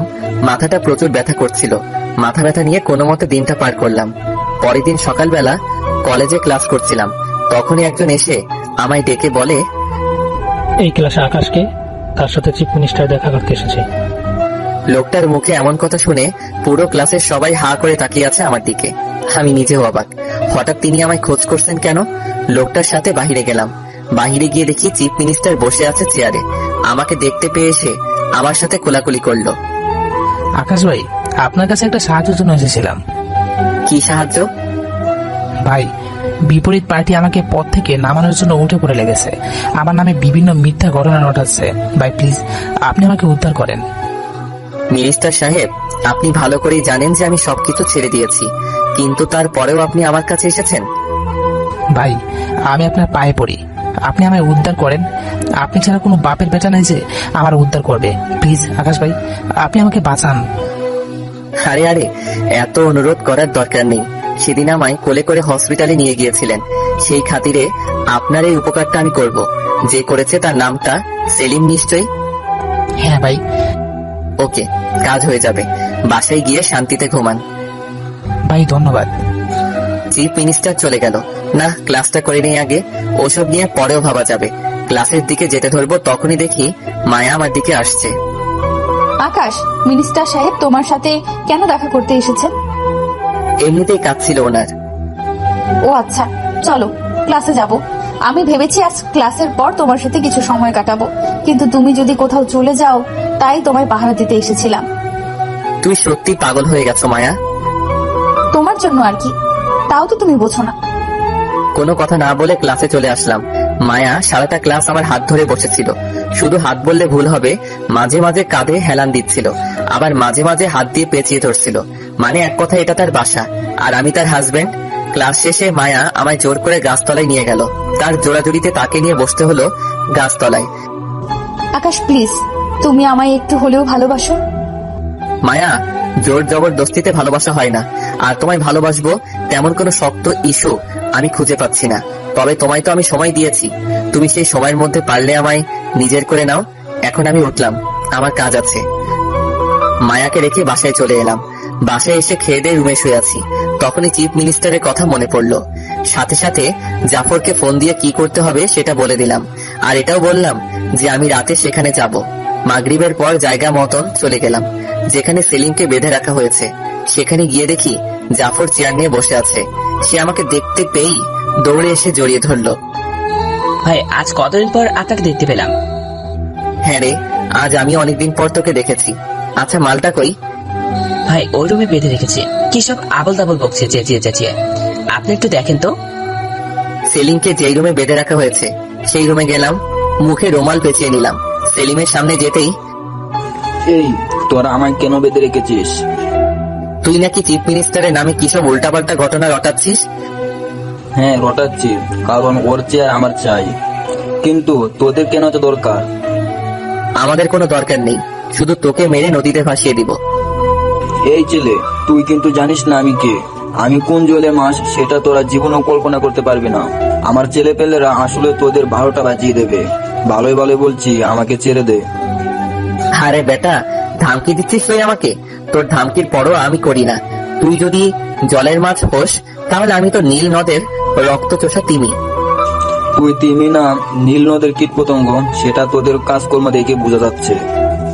সেলিম, মুখ সামনে কথা বলিস, না হয়তো এমন ভাবে তোকে মারবো কবর পর্যন্ত তোর লাশ গুছে নিতে ভয় পাবে।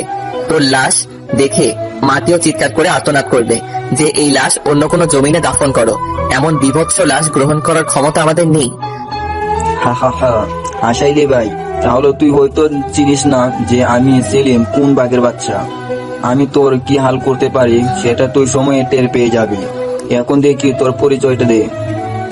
মুখ থেকে মাস্কটা খুলে ফেললাম। মাস্ক খুলতেই দেখি সেলিম আমার দিকে বড় বড় চোখ করে তাকিয়ে আছে। কিরে বাঘের বাচ্চা, এভাবে হা করে কি দেখছিস এখন? ভাই আপনি, আমার তো বিশ্বাসই হচ্ছে না। লা ইলাহা ইল্লাল্লাহ সুবহানাকা ইন্নী কুনতু মিনাজ জালিমিন। হে আল্লাহ, আমি কার সাথে পাঙ্গা নিয়ে বসলাম? এবার তো আমার আর রক্ষা নেই। সেলিম আকাশকে দেখে ভয়ে কাঁপতে কাঁপতে চেয়ার নিয়ে উল্টে পড়ে যায়। বিশ্বাস হবে যখন আমি আমার রূপে ফিরে আসবো। সেলিম মাটিতে পড়ে আকাশের কাছে মাপ চাচ্ছে। ভাই প্লিজ আপনি আমায় ক্ষমা করে দেন, আমি আপনার পায়ে পড়ি। এরকমের ভুল আমি আর কোনোদিন করব না। বিশ্বাস করেন, আমি আপনাকে চিনতে পারি নাই। তোদের 1000বার বলে এসেছিলাম যে কেউ পাওয়ারের জন্য বেইমানি করবি না, কিন্তু তুই সেটাই করলি। ভাই আমি আপনার পায়ে পড়ি, আমি আর কোনোদিন এরকমের ভুল করব না। এবারের মতন ক্ষমা করে দেন। আমি তোকে জমের বাড়ি পাঠাতে এসেছি, তবে মিনিস্টার যদি আমায় মারতে মানা করে তাহলে তুই মাপ পেয়ে যাবি। সাথে সাথে চিফ মিনিস্টারকে ফোন দিলাম। মালটাকে কি চিরতরে শেষ করে দিব? তবে সে কিন্তু মাপ চেয়েছে। ভাই তাহলে শ্বাসে ছেড়ে দেন। ওকে, ফোনটা রেখে দিলাম। যা, তোর জীবন বেঁচে গেল। এরপর আর কোনোদিন যেন এরূপ করতে না শুনি। ভাই কোনোদিন শুনবো না। সেলিমকে ছেড়ে দিয়ে রাতেই বাসায় চলে এলাম। বাসায় এসে খেয়ে দিয়ে শুয়ে আছি। যাক, চিফ মিনিস্টারের ঝামেলাটা মিটে গেল, কিন্তু জাদুঘরের ঝামেলাটা মেটানো এখনো বাকি। আবার ফোন দিলাম জাফরকে। জাফর, ড্রাগনের টিমের লিডারকে সেটা খুঁজে বের করতো। তারা নাকি জাদুঘরের ছেলেদেরকে মেরেছে। ভাই আমাকে 2 দিন সময় দিন, আমি তাদের টিমে পুরো লিস্ট আপনার কাছে পৌঁছে দেব। ওকে। ফোনটা রেখে দিয়ে শুয়ে আছি। হঠাৎই রাতের বেলায় ঘুমটা ভেঙে গেল ভাঙচুরের শব্দ শুনে। বিছানা ছেড়ে উঠে পড়লাম। হঠাৎ এত রাতে ভাঙচুরের শব্দ কোথা থেকে আসছে? রুম ছেড়ে বের হয়ে দেখি প্রান্তর মা আর তার ছোট বোন রক্তাক্ত অবস্থায় ফ্লোরে পড়ে আছে। কে জানি তাদের গলা কেটে ফ্লোরের উপরে ফেলে রেখে চলে গেছে, কিন্তু প্রান্ত কোথাও নাই। এই দৃশ্য দেখে যেন পায়ের নিচ থেকে মাটি সরে গেল আমার। ওদের এই অবস্থা দেখে সজোরে চিৎকার দিয়ে কান্না করে উঠলাম। প্রান্তর মা আর ছোট বোন এখনো মাটির উপরে পড়ে আছে। আমার যেন বিশ্বাসই হচ্ছে না যে আমার সামনে 2টা মানুষ মৃত্যু যন্ত্রণায় কাতরাচ্ছে। না, এটা হয়তো আমার চোখের ভ্রম। উঠে গিয়ে ওয়াশরুমে চলে গেলাম। গিয়ে চোখে মুখে পানির ছিটকে দিয়ে আবার ফিরে আসলাম। তখনও এসে দেখি সেই 2টো মানুষ ফ্লোরে পড়ে আছে। এবার আমি সত্যি ক্লিয়ার যে তাদের সাথে কিছু একটা হয়েছে। ওদের এই অবস্থা দেখে কলিজাটা যেন ছিঁড়ে যাচ্ছিল আমার, কারণ জীবনে মা বাবাকে চোখে দেখিনি। হয়তোবা আমার জন্ম কোনো পতিতালয়ে হয়েছিল, না হয়তোবা কারোর নষ্টামির ফল আমি, কারোর চাহিদায় আমার দুনিয়ায় আসতে হয়েছিল। কিন্তু তারা আমায় ডাস্টবিনে ছুঁড়ে ফেলে দিয়ে চলে গেছে। তবে বাস্তবতা কি সেটা আমার জানা নেই। মা বাবার ভালোবাসা কোনোদিন পাইনি, কিন্তু একটা পরিবার পেয়েছিলাম বহু কষ্টে। তাদেরকে আজ আমার থেকে ছিনিয়ে নিয়ে যাচ্ছে খোদা। ভিতর থেকে যেন ঠুকরে কান্না আসছে। না, ওদের কিছু হতে দেওয়া যাবে না। জাফরকে ফোন দিয়ে তাড়াতাড়ি গাড়ি আনতে বললাম। তারপর তাদের দুজনকে নিয়ে হসপিটালে চলে গেলাম। কেবিনের বাহিরে দাঁড়িয়ে চোখের অশ্রু ঝরাচ্ছি। আল্লাহ, তুমি ওদেরকে আমার থেকে ছিনিয়ে নিয়ে যেও না। কাঁপতে কাঁপতে সেখানেই ঘুমিয়ে গেলাম। সকালবেলা কারোর ডাকে ঘুম ভাঙলো। চোখ মেলে তাকিয়ে দেখি মায়া অবাক চোখে মায়ার দিকে তাকিয়ে আছি। আকাশ কিভাবে হলো এমনটা? কি করেছে ওনাদের সাথে এরূপ আচরণ? কোনো কথা না বলে মায়াকে জড়িয়ে ধরে ফুপিয়ে কান্না করে দিলাম। মায়া, আমি জানি না ওদের এই অবস্থা কে করেছে, কিন্তু বিশ্বাস করো, ওদের কিছু হলে আমি নিজেকে ঠিক রাখতে পারবো না। আরে পাগল, কিচ্ছু হবে না ওনাদের। আমি তো খবর পেয়েই সাথে সাথে হসপিটালে চলে আসলাম। তোমায় কে খবর দিয়েছে? আরে তোমার সকাল থেকে ফোন করেছি, কতবার তুমি ডাকো তো। মায়ার কথাই পকেট থেকে ফোনটা বের করে দেখি 17টা মিস কল। আসলে দৌড়াদৌড়িতে ফোনের দিকে খেয়াল করিনি। তোমার ফোনে না পেয়ে তোমার বাসায় গিয়েছিলাম। পরে সেখানে গিয়ে জানতে পারি রাতের বেলায় নাকি তোমার ঘরে হামলা হয়েছে, আর বাসার মানুষ আহত।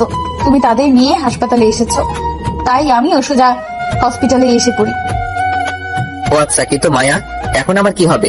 আর তাছাড়া কাল রাত থেকে প্রান্তরও কোনো খবর পাচ্ছি না, সে লাপাত্তা। আরে পাগল, টেনশন করো না, আমি আছি তো তোমার পাশে। দেখবে ওদের কিচ্ছু হবে না, আর প্রান্তরও খোঁজ বের করে ফেলবো আমি। মায়ার কথা শুনে ইচ্ছে করছে ওকে জড়িয়ে ধরে কয়েক হাজার চুমু খাই। মেয়েটা হয়তো সত্যি আমায় ভালোবাসে, আর ভালো না বাসলে এইভাবে ছুটে আসলো কেন? তবে হ্যাঁ, তাড়াহুড়ো করে কোনো ডিসিশন নেওয়া যাবে না। ওকে আগে আরো ভালো করে বুঝে নেই, পরেই ভালোবাসবো। আজ 3 দিন প্রান্তর মা তার ছোট বোন কারোরই জ্ঞান ফিরেনি, তবে ডক্টর কিছুটা আশ্বাস দিয়েছে আমায় যে তাদের কিছু হবে না। আজ 3 দিন না আছে কোনো খানাপিনা, না আছে কিছু। হসপিটালে পড়ে আছি সারাটা দিন। অবাক করা বিষয়ে মায়া আমার সাথে আজ 3 দিন ধরে হসপিটালে। সে আমায় ছেড়ে এক মুহূর্তের জন্যও যায়নি। তাকে অনেকবার বলেছি চলে যেতে, কিন্তু তার একটাই কথা, তোমায় এই হালাতে রেখে আমি যেতে পারবো না। বাবা, তুমি যদি সময় মতো না। এমন করে বলবেন না প্লিজ, আমার কর্তব্য এটা।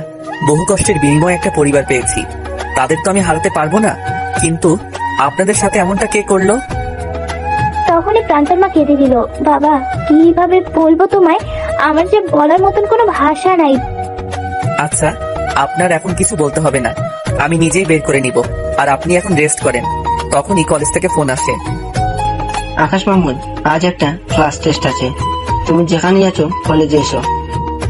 গলার আওয়াজ শুনে বুঝতে বাকি রইল না যে স্যার ফোন করেছে। তাড়াতাড়ি করে মায়াকে নিয়ে কলেজে চলে গেলাম। পরীক্ষাটা দিয়ে আবার হসপিটালে চলে আসলাম। মায়া সেই শুরু থেকে আমার পিছনে ছাড়ছে না। আমি রোগীর সেবা যত্ন করছি, সে আমার সেবা যত্ন করছে। আজ 25 দিন পর প্রান্তর মা আর তার ছোট বোনকে ঘরে নিয়ে আসলাম। তারা এখন মোটামুটি সুস্থ, কিন্তু আমি অসুস্থ হয়ে পড়লাম। আমার অসুস্থতায় মায়া আমার সেবা যত্ন করায় কোনো কমতি রাখেনি। এসব দেখে যেন পুরোপুরি ডুবে গেলাম মায়ার ভালোবাসায়। মায়া, তোমার একটা কথা বলার ছিল। হ্যাঁ বলো। আমার টাকা পয়সা বাড়ি গাড়ি কিছুই নেই। আমি যদি তোমায় আমাকে বিয়ে করতে বলি, তারপরেও কি তুমি আমায় বিয়ে করবে? হ্যাঁ, 100 বার করবো।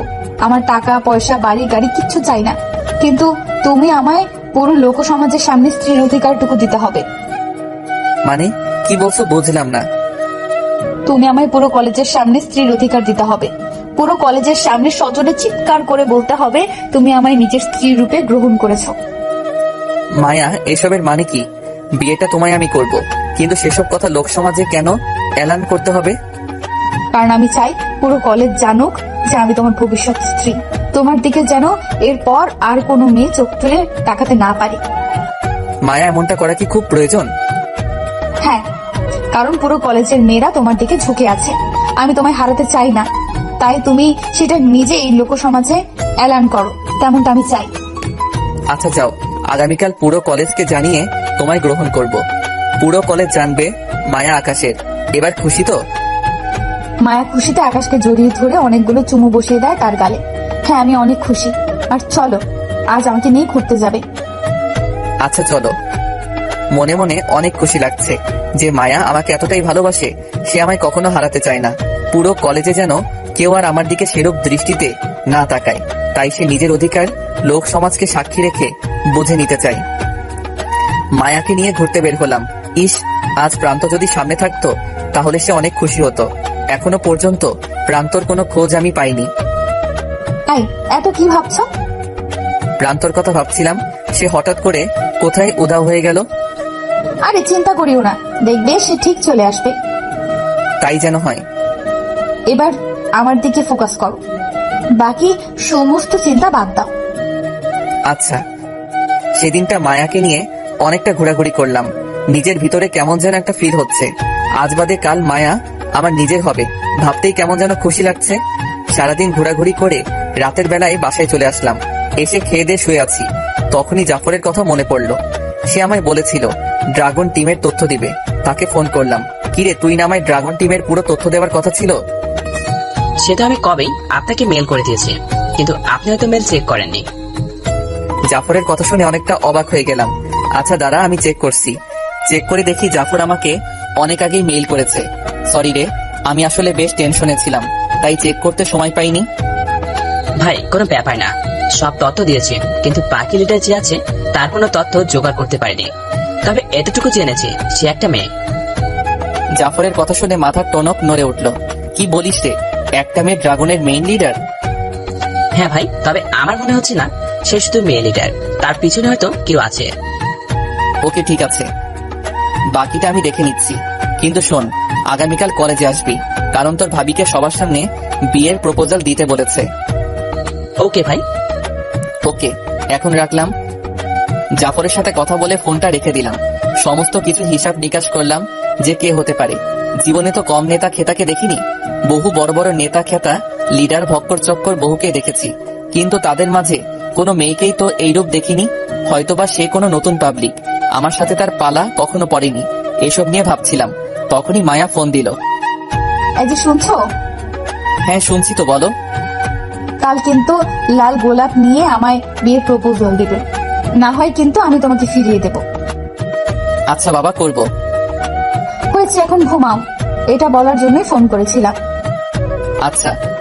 তারপর ফোন রেখে দিয়ে ঘুমিয়ে পড়লাম। সকালবেলা ঘুম থেকে উঠে রেডি হয়ে কলেজে চলে গেলাম। কলেজে যাওয়ার আগে রাস্তা থেকে লাল গোলাপের একটা গুচ্ছ কিনে নিলাম। এটা দিয়ে মায়াকে বিয়ের প্রপোজাল দিব। কলেজে গিয়ে দেখি মায়া আমার আগেই কলেজে এসে গেছে। এত সময় লাগে আসতে? হ্যাঁ, আরে ফুল কিনতে একটু দেরি হয়ে গেছে। এখন কত কি যে বলো না। হয়েছে, এবার প্রপোজ করো বিয়ের জন্য। এই যে সবাই শুনছেন, যে যেখানে আছেন সবাই দাঁড়িয়ে যান। সবাই 1 মিনিট একটু সময় নিয়ে এদিকে ফোকাস করুন। মায়া, আমি তোমায় খুব ভালোবাসি। আমি তোমার 2 জীবনের সাথী হতে চাই। আমি তোমার সাথে সারা জীবন পাড়ি দিতে চাই। যে জীবনে শুধু থাকবে ভালোবাসা আর ভালোবাসা, যে জীবনে থাকবে না কোনো কষ্টের ছিটে ফোঁটা। মায়া, উইল ইউ ম্যারি মি? তুমি কি আমায় বিয়ে করবে? তুমি কি আমায় দেবে সেই অধিকারটুকু? তখনই পেছন থেকে কেউ একজন এসে আকাশের মাথায় লাঠি দিয়ে সজোরে এক বাড়ি মারে। আকাশ মাগো বলে চিৎকার দিয়ে মাটিতে শুয়ে পড়ে। চিরচির করে রক্ত পড়ছে মাথা থেকে। আকাশ মাথায় হাত দিয়ে পেছন ফিরে দেখে প্রান্ত। প্রান্ত, তুই? হ্যাঁ আমি। বলে সজোরে হাসতে থাকে। কি রে জানোয়ারের বাচ্চা, তুই না বলে অনেক বড় হয় না? হ্যাঁ, তোরা কেউ কিচ্ছু করতে পারবে না। আরে প্রান্ত, তোমার কি মাথা খারাপ হয়ে গেছে নাকি? কাকে কি বলছো তুমি? এই কুকুরের বাচ্চা যদি হায়না হয়, তাহলে হায়নাকে কি বলবে তুমি? এই ছোট লোক তো আমার জুতারও সমান না। বলে মায়া আকাশের মুখের মধ্যে জুতা ঘুষে দেয়। অবাক চোখে তাকিয়ে আছি প্রান্ত আর মায়ের দিকে। তাদের দুজনকে যেন আমার কাছে অপরিচিত লাগছে। হে আল্লাহ, কাকে ভালোবাসলাম আমি, যে কিনা ছলনাময়ী এক রক্তচোষা। এই ছোট লোক এরকম করে তাকিয়েছিস কেন? মায়া, তুমি আমার সাথে এমনটা কেন করলে? কেন, সেদিনের কথা কি ভুলে গেছিস? যেদিন আমার বাবা আর আমার মা ইজ্জত ধুলোয় মিশিয়ে দিয়েছিলি। মায়া, সেসব তো তোমাদের ভুল ছিল। এই ছোট লোক, ভুল কি সহি সেটা আমাদের উপরে ছেড়ে দে। তবে তুই যেদিন ভরা মজলিসে আমাদের অপমান করেছিলি, সেদিনের প্রতিজ্ঞা নিয়ে নিয়েছিলাম যে তোর 12টা বাজাবো। তাই তোর সাথে ভালোবাসার নাটক করেছি। মায়ার কথা শুনে থ হয়ে তাকিয়ে আছি মায়ার দিকে। শোন, তোকে চাইলে আমি অনেক আগে শিক্ষা দিতে পারতাম। যে মায়া পুরো ড্রাগন টিম পরিচালনা করে, সেই মায়ার কাছে তুই একটা মশা মাছি। তোকে শায়েস্তা করা মায়ের জন্য কোনো ব্যাপার ছিল না, কিন্তু আমি ইচ্ছে করেই তোকে শায়েস্তা করিনি। কারণ তুই আমাদের ইগোতে হার্ট করেছিস, লোকালয়ে অপমান করেছিস, আমাদের মা ইজ্জত পুরো ডুবিয়ে দিয়েছিস। তাই তোর সাথে এই খেলাটা এইভাবেই খেললাম, যাতে করে খোয়ানো ইজ্জত আবার ফিরে পেতে পারি আর তোর 12টা বাজাতে পারি। মায়ার কথা শুনে যেন আকাশ ভেঙে মাথায় পড়লো মতন অবস্থা। তার মানে মায়া এই ড্রাগনের লিডার, কিন্তু জাফর যে বলল তার উপরেও হয়তো কেউ আছে। কোনো কিছুরই যেন হিসেব মিলছে না। যাকে এত ভালোবাসলাম, সে আমার সাথে ছলনা করে শরীরের সমস্ত রক্ত চুষে নিল। প্রান্ত মায়া না হয় আমার উপরে প্রতিশোধ নেওয়ার জন্য আমার সাথে ভালোবাসার মিথ্যা ছলনা করেছে, কিন্তু তুই কেন করলি? তুই না আমাকে নিজের ভাই মানতি? কি বলি? আমি তোকে ভাই মনে করতাম? মাথা ঠিক আছে তো? যেখানে মা বোনের মতো দুজন মানুষকে খুন করতে আমার হাত কাঁপেনি, সেখানে তুই কোথাকার কে রে যে তোর উপরে মায়া দেখাবো? প্রান্তর কথা শুনে আরো বড় ধরনের শক খেলাম। তার মানে তুই তোর মা আর বোনকে খুন করতে চেয়েছিলি? বেটা, কিসের মা বোন রে? ওরা আমার কেউ নয়। ওরা যদি আমার রক্তের কেউ হতো তাহলে কোনোদিনও খুন করতে যেতাম নাকি রে পাগলা? হ্যাঁ, মানে কি বলছিস তুই? মানে হলো সবকিছু আমাদের প্ল্যান ছিল। ছোটকাল থেকে ইচ্ছে ছিল যে দেশের মধ্যে রাজ করবো, তাই মায়ের সাথে হাত করি আর ওকে ড্রাগনের লিডার বানিয়ে দেয়। জীবনে অনেক বড় বড় আন্ডারওয়ার্ল্ডের ডনের সাথে কাজ করেছি আমি। সবকিছুর পিছনে ছিল একটাই উদ্দেশ্য, যে দেশে রাজ করা। কিন্তু রোস্টার আমায় বলেছিল যে যতদিন আকাশ মাহমুদ দেশে আছে ততদিন আমি রাজত্ব করতে পারবো না, তাই তোকে শেষ করার জন্য কাজে লেগে পড়ি। তোর অনেক খোঁজ করেছি কিন্তু কোথাও তোর খোঁজ পাইনি। কিন্তু আমার খবরে নিউজ দিয়েছিল যে তুই আমাদের কলেজে ভর্তি হবি, তাই সুযোগের অপেক্ষায় বসে থাকি আমরা। তবে তোকে বের করা তো সহজ ছিল না, কিন্তু কাবরিটাও বলেছে যে তুই জনমর্দরতি, তাই সেই মোতাবেক একটা প্ল্যান সাজাই আমি আর মায়া, যে সে আমায় মারবে আর তুই আমায় নিশ্চয়ই বাঁচাতে আসবে, কারণ তুই অন্যায়ের বিপক্ষে লড়েছিস সবসময়। ব্যাস, তুই সেটাই করলি, আমায় বাঁচাতে এসে গেলি। তারপর তোকে চিনে ফেলতাম, তবে শিওর ছিলাম না যে তুই সত্যি আকাশ কিনা। তবে পরবর্তীতে যখন মায়ের বাবার ঘাম ছড়িয়ে দিলি তখনই বুঝে গেলাম যে তুই সেই আকাশ, এই সেই আকাশ। আর যেই দুইজনের গলা কেটেছি আমি, তাদেরকে মা বোন সাজিয়েছিলাম আমি ভয় দেখিয়ে, যাতে করে তোর পুরোপুরি খবর বের করতে পারি আর তোর কাছ থেকে তোর সম্পর্কে ভালো করে জানতে পারি। তোর কথা শুনে খুব হাসি পাচ্ছে রে প্রান্ত। রোস্টার তোকে অর্ধেক ইনফরমেশন দিয়েছে আমার। সে তোকে এটা বলেনি যে আকাশ মাহমুদ কোনো ভয়ঙ্কর চিতাবাঘ আর তার দ্বিতীয় আরেকটা পরিচয় আছে। আর তোর পরিচয় দিয়ে আমার কাজ কি রে? আমার কাজ তো তোকে শেষ করা, তাই তোকে শেষ করে সমস্ত ক্ষমতা পেয়ে যাবো আমি। মৃত্যুকে ডেকে এনেছিস তুই প্রান্ত? কি বললি তুই আমায়? তোর এত বড় সাহস যে তুই আমায় হুমকি দিস? মৃত্যুর দুয়ারে তোকে আমি আজ পাঠিয়ে দেবো। আশেপাশে তাকিয়ে দেখতো কত ছেলে পেলে আমার। আশেপাশে তাকিয়ে দেখি কয়েক শতাধিক ছেলে পেলে। এত ছেলে পেলে দেখে খুব হাসি পাচ্ছে। কয়েক শতাধিক ছেলে পেলে নিয়ে আমায় মারতে চলে এসেছে, কিন্তু সে জানে না আমি কে। আর রোস্টারও তাকে পুরোপুরি বলেনি আমার সম্পর্কে। যদি জানতো জীবনেও আসতো না আমায় মারতে। যেখানে রোস্টার নিজে আমায় মারতে পারিনি, সেখানে রোস্টারের চেলা আমাকে মারবে বলে শব্দ করে হেসে উঠলাম। কিরে, মৃত্যুকে চোখের সামনে থেকে খুব হাসি পাচ্ছে বুঝি? হ্যাঁ, এই তোর সব কটা মিলে মার ওকে। প্রান্তর কথা অনুযায়ী তার ছেলেপেলেগুলো আকাশকে মারতে শুরু করে। আকাশকে মাটিতে ফেলে এলোপাতাড়ি মারছে তারা। আকাশ চুপচাপ মার খেয়ে যাচ্ছে মাটিতে পড়ে। তখনই হুট করে কোথা থেকে যেন আলিফ সাহেব দৌড়ে আসে, এসে প্রান্তর কাছে হাত জোর করে মিনতি করে, বাবা প্লিজ আকাশকে ছেড়ে দাও, তোমার কাছে হাত জোর করে করছি। মায়া তার বাবার এরূপ কাণ্ড দেখে থতমত খেয়ে যায়। বাবা তুমি কি সব পাগলের মতো কাজ কারবার করছো? তোমার কি মনে নেই এই ছেলে আমাদের ইজ্জতের 12টা বাজিয়ে দিয়েছিল?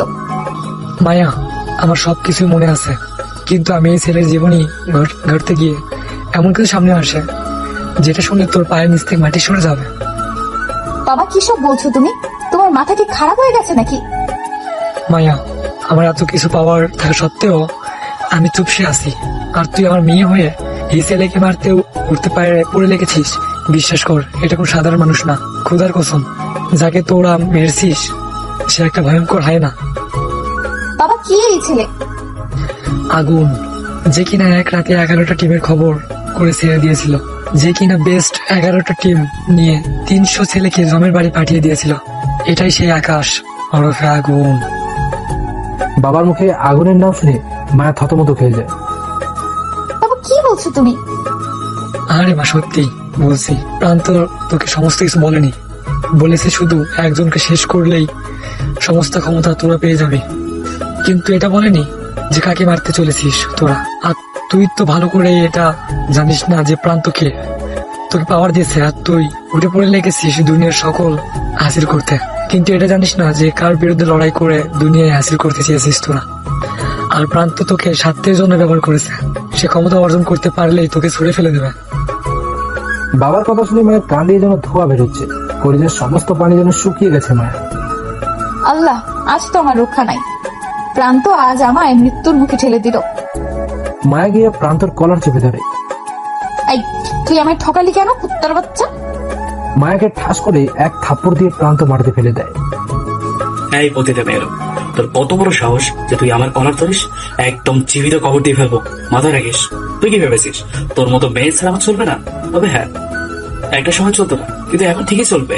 আর শোন, তোকে শুধু কাজের জন্য ব্যবহার করেছি আমি, কাজ শেষ তোদের দরকারও শেষ। তোকে আর তোর বাবাকেও এখন আকাশের সাথে জমি বাড়ি পাঠিয়ে দেবো। আরে শোন, মৃত্যুটা তোর হাতে লেখা নেই, আমার মৃত্যুটা আকাশের হাতে লেখা আছে, কারণ তার সাথে প্রতারণা করেছি আমি। তো দুজনকেই সে ছাড়বে না। আর তুই নিজেও জানিস না যে তুই কাকে মাটিতে ফেলে মারছিস। যাকে তোরা মারছিস সে আর কেউ না, সে হচ্ছে আগুন। তাকে চেনে না এমন মানুষ একটাও এই দেশে নাই। একবার না একবার হলেও আগুনের নাম শুনেছে। আর তুই আগুনকেই মারতে চলেছিস? আজরাইলকে ডেকে এনে তার জান নেওয়ার প্রচেষ্টা। তোরা কোনোদিনই সফল হবি না। মায়ের মুখে আগুনের নাম শুনে প্রান্তর ভেতরটা মোচড় দিয়ে ওঠে, থরথর করে কাঁপতে শুরু করে প্রান্ত। আল্লাহ, নিজের মৃত্যু তো নিজেই ডেকে এনেছি না, বাঘের গায়ে যখন ভুলে হাত দিয়েই ফেলেছি, তাহলে তাকে একেবারেই শেষ করে দেই। না হয় একেবারে জাগ্রত হলে, একবার জাগ্রত হলে আমার মৃত্যু আর কেউ ঠেকাতে পারবে না। তখনই জাফর পিছন থেকে এসে প্রান্তর কলার ধরে ফেলে। এবার কোথায় যাবি রেস্টারের দালাল?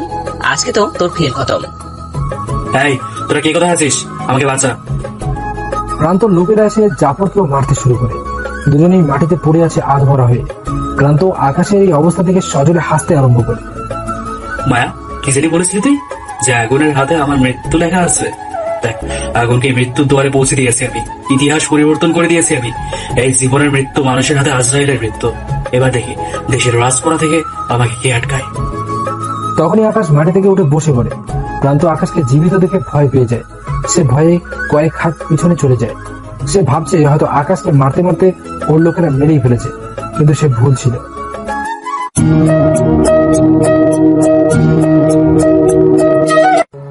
এই, তোরা তাকিয়ে তাকিয়ে কি দেখছিস? আজরাইল তো উঠে দাঁড়িয়ে গেছে। এবার তো আর কারোর রক্ষা নেই। নিজেদের জীবন বাঁচাতে চাস তো তাড়াতাড়ি মার ওকে, না হয় সে আমাদের রূপ পার্সেল করে পাঠিয়ে দেবে ওপরে।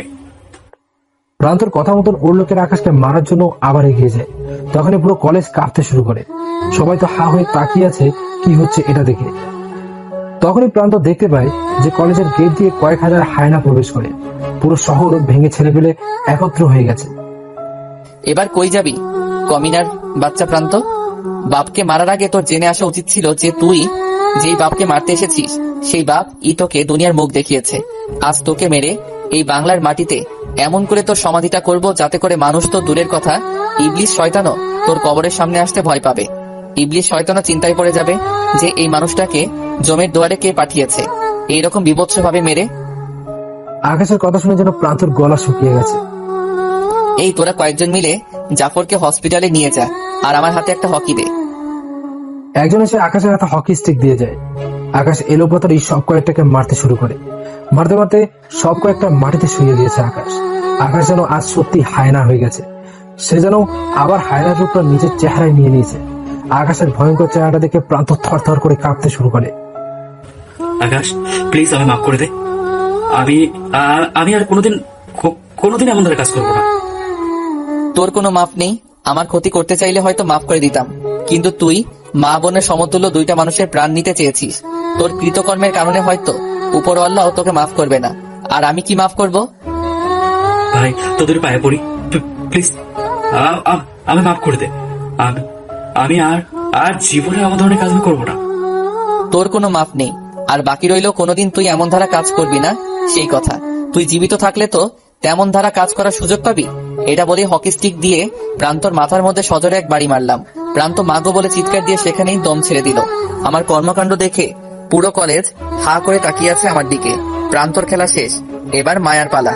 মায়া মরার জন্য রেডি হ। হকি স্টিক দিয়ে মায়াকে মারতে যাব। তখনই মায়ার বাবা আমার পায়ে পড়ে যায়। আকাশ ভাই, আপনার দুইটা পায়ে পড়ি, আপনি প্লিজ আমার মেয়েটাকে ছেড়ে দিন। আমার মেয়েটা আপনার সম্পর্কে না জেনে এমন ধারণা আচরণ করে ফেলেছে আপনার সাথে।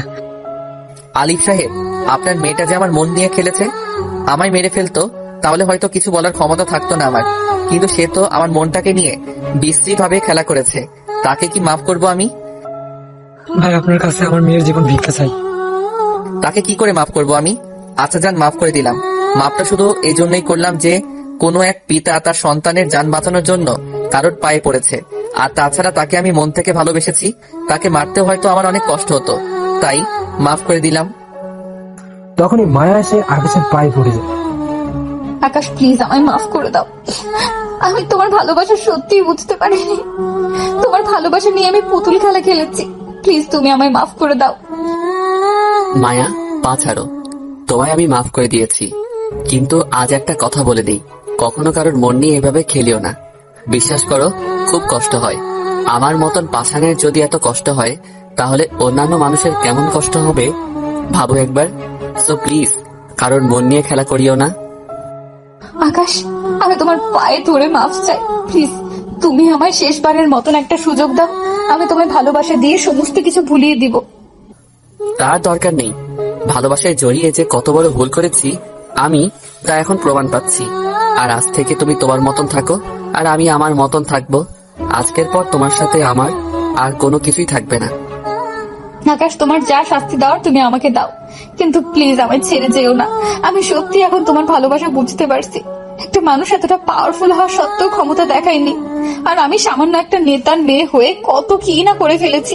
পাওয়ারের অপব্যবহার করেছি, দেমাগ দেখিয়েছি, গরিমা করেছি, যা আমার কখনোই উচিত হয়নি। প্লিজ শেষ একটা সুযোগ দাও। সরি, তোমার মতন মেয়ের সাথে আমি আর কোনো সম্পর্ক রাখবো না। এটা বলে মায়ের কাছ থেকে নিজের পা ছাড়িয়ে নিলাম। ফি আমানিল্লাহ, তোমার সাথে আমার সফর শেষ। তারপর সেখান থেকে সোজা চলে আসলাম। মায়া অনেকবার আমায় ডেকেছে পিছন থেকে, কিন্তু আমি কোনো পাত্তা দেইনি। খুব কান্নাও করেছিল মেয়েটা, কিন্তু কি লাভ এখন কান্না করে? যখন সময় ছিল তখন ছলনা করেছে আমার সাথে, আর এখন যখন আমার দিন এসেছে তখন এসে হামাগুড়ি খাচ্ছে আমার পায়ে পড়ে। এতটা কষ্ট হচ্ছিল বুকের ভিতরে, যা বলে বোঝাতে পারবো না। যতই হোক, ভালো তো বেসেছি তাকে আমি। সবাইকে বিদায় দিয়ে বাসার দিকে রওনা দিলাম। তবে মনে মনে একটা প্রতিজ্ঞা করে ফেলেছি আমি, যে আজকে থেকে আমি আবার আগের মতন হয়ে যাব। দুনিয়ায় যখন পাওয়ারের খেলা চলে, তাহলে পাওয়ার দিয়ে সবকিছু করব আমি। আজকের পর দেখি কে আমায় আটকায়। আসলেই গুরুজনদের কথা ঠিক, জঙ্গলে রাজত্ব করতে হলে অবশ্যই তোমার গর্জন অতিমাত্রায় ভয়ঙ্কর হতে হবে, না হয়তোবা ছোট ছোট প্রাণীগুলাও তোমায় ভেঙচি কেটে চলে যাবে। বাসায় গিয়ে দেখি দুজন মানুষ আমার অপেক্ষায় বসে আছে। ভাইয়া, তুমি এসো। হ্যাঁ ত্রিধা, আমি এসেছি। এতদিন যাকে প্রান্তর বোন নামে চিনতাম তার নাম হচ্ছে ত্রিধা। তোমার আম্মু কই? বাসায় তোমার জন্য অপেক্ষা করছি। আচ্ছা। তারপর বাসার ভিতরে প্রবেশ করলাম। ত্রিধার আম্মু আমায় দেখে জড়িয়ে ধরে কান্না করে দিল। বাবা, আমায় ক্ষমা করে দে রে। বিশ্বাস কর প্রান্ত আমাদের ভয় দেখিয়েছিল যে তার কথা না শুনলে সে আমাদের মেয়ের ক্ষতি করে দেবে। বাবা বিশ্বাস কর, আমার মেয়েটা বাদে দুনিয়াতে আমার আর কেউ নেই, তাই তার কথায় রাজি হয়েছি আমি। না হয় সে আমার মেয়েটার বড় কোনো ধরনের ক্ষতি করে দিত। হয়েছে সেসব কথা, কিন্তু তোমরা সেটা আমায় আগে বললেই পারতে। আর আমি আকাশ মাহমুদ থাকতে তোমাদের কেউ ক্ষতি করবে, কলিজাটা সোজা বের করে ফেলবো। আমি তোকে অনেক আগেই বলতে চেয়েছিলাম বাবা, কারণ আমি প্রথম দেখাতেই বুঝে গিয়েছিলাম যে তুই লক্ষ্মী একটা ছেলে। কিন্তু কি করব বল, আমার মেয়েটাই যে আমার সব। ও ছাড়া যে আমার আর কেউ নাই দুনিয়াতে। কে বলেছে কেউ নাই তোমাদের? আমি তো আছি। আমার তো মা বাবা কেউ নেই। বিশ্বাস করো, যেদিন আমি এই বাড়িতে আসি সেদিন থেকেই তোমায় মায়ের মতন দেখি। খুব ইচ্ছে করতো তোমায় মা বলে ডাকতে, কিন্তু প্রান্ত যদি কিছু মনে করে তাই আর ডাকিনি। কিন্তু এখন থেকে তোমায় আমি মা বলেই ডাকবো। আর তোমরা এখন থেকে আমার পরিবার। আজ থেকে তোমার 2 সন্তান, একটা ছেলে আর একটা মেয়ে। সত্যি তুই আমার মা বলে ডাকবি? হ্যাঁ মা, 3 সত্যি। তোমায় আমি মা বলেই ডাকবো। সেই রাতের মধ্যেই আমার সমস্ত কারোবার এই শহরে নিয়ে আসলাম। আজ থেকে আমি এই শহরে বসেই সমস্ত কারোবার চালাবো। মা, তোমরা কাপড় চোপড় গুছিয়ে নাও। কেন রে বাবা? কারণ কাল আমরা নতুন বাড়িতে উঠবো। শহরের নামকরা বাড়িটা কিনেছি আমি। এতদিন আমি যেমন তেমন ভাবে রাত কাটিয়ে দিতে পারতাম, কিন্তু এখন আমার একটা পরিবার হয়েছে, তাদের নিয়েও চিন্তা করতে হবে আমার। পরের দিন সেই বাড়িতে উঠে গেলাম। ত্রিধাকেও ওর কলেজ থেকে ট্রান্সফার করিয়ে শহরের নামকরা কলেজে অ্যাডমিশন করিয়ে দিলাম। একদিনের মধ্যেই পুরো শহরে আগুনে নামের ঢল শুরু হয়ে গেল। সবার মুখে মুখে একটাই কথা, যে আগুন এখন এই শহরে থাকে। আম্মুকেও সবটা জানিয়ে দিলাম যে আমি কে। বাবা, আমার না খুব ভয় করে, তোর যদি কোনো ক্ষতি করে দেয় কেউ।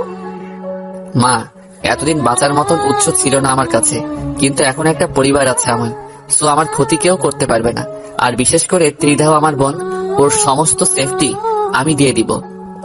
বাড়িতে অনেক কয়টা পাহারাদার নিযুক্ত করলাম। ত্রিদার সাথেও কয়েকটা বডিগার্ড নিযুক্ত করে দিলাম। আজ 3 দিন পর কলেজ যাব। গত 3 দিন সমস্ত কিছু গোছাতে লেগে গেছে। কলেজে যেতেই প্রিন্সিপাল আমায় তার রুমে ডাক দিল। আকাশ, আমার একটা উপযুক্ত মেয়ে আছে, আমি চাই তুমি আমার মেয়েকে বিয়ে করে নাও। স্যার, এখন আমি বিয়ে টিয়ের ব্যাপারে ভাবছি না। আর তাছাড়া এখন আমার মা বোন রয়েছে, তাদেরও একটা মতামত আছে। আপনি তাদের সাথে গিয়ে কথা বলুন। যদি তারা রাজি হয় তাহলে নিজের মনকে শক্ত করে আমি আপনার মেয়েকে বিয়ে করে দিব। ওকে, আমি তোমার মায়ের সাথেই কথা বলবো। প্রিন্সিপালের সাথে কথা বলে ক্লাসে চলে আসলাম। পুরো কলেজ একদম ঝুঁকে গেছে আমার দিকে। সবার কাছে এক নামে পরিচিত হয়ে গেছি, আগুন। সিনিয়র নাই, জুনিয়র নাই, সবাই প্রেমের প্রপোজাল দিচ্ছে, কিন্তু আমি কাউকেই সাড়া দিলাম না। কারণ একজনকে সাড়া দিয়ে জীবনটাকে নরকে ঠেলে দিতে ধরেছিলাম। স্যার ক্লাস করাচ্ছে, ক্লাসে মন দিলাম। মায়া আজ অন্য টেবিলে বসেছে, আজ আমার পাশে বসেছে ক্লাসের সবচাইতে সুন্দরী মেয়ে আনিকা। মায়া বারবার আমার দিকে ঘুরে ঘুরে তাকাচ্ছে। আমায় কষ্ট দেওয়ার ফল মায়া তুমি পেয়ে যাবে। ক্লাস শেষ করে বের হতে ধরলাম, তখনই মায়া পিছন থেকে এসে আমায় জড়িয়ে ধরে কান্না করে দিল। আকাশ, আমায় একটা বারের জন্য ক্ষমা করে দাও না প্লিজ। মায়া প্লিজ আমায় ছাড়ো, তোমার সাথে আমার আর কোনো কিছু নেই, সো নিজের রাস্তা মাপো। না, আমি তোমায় ছাড়বো না।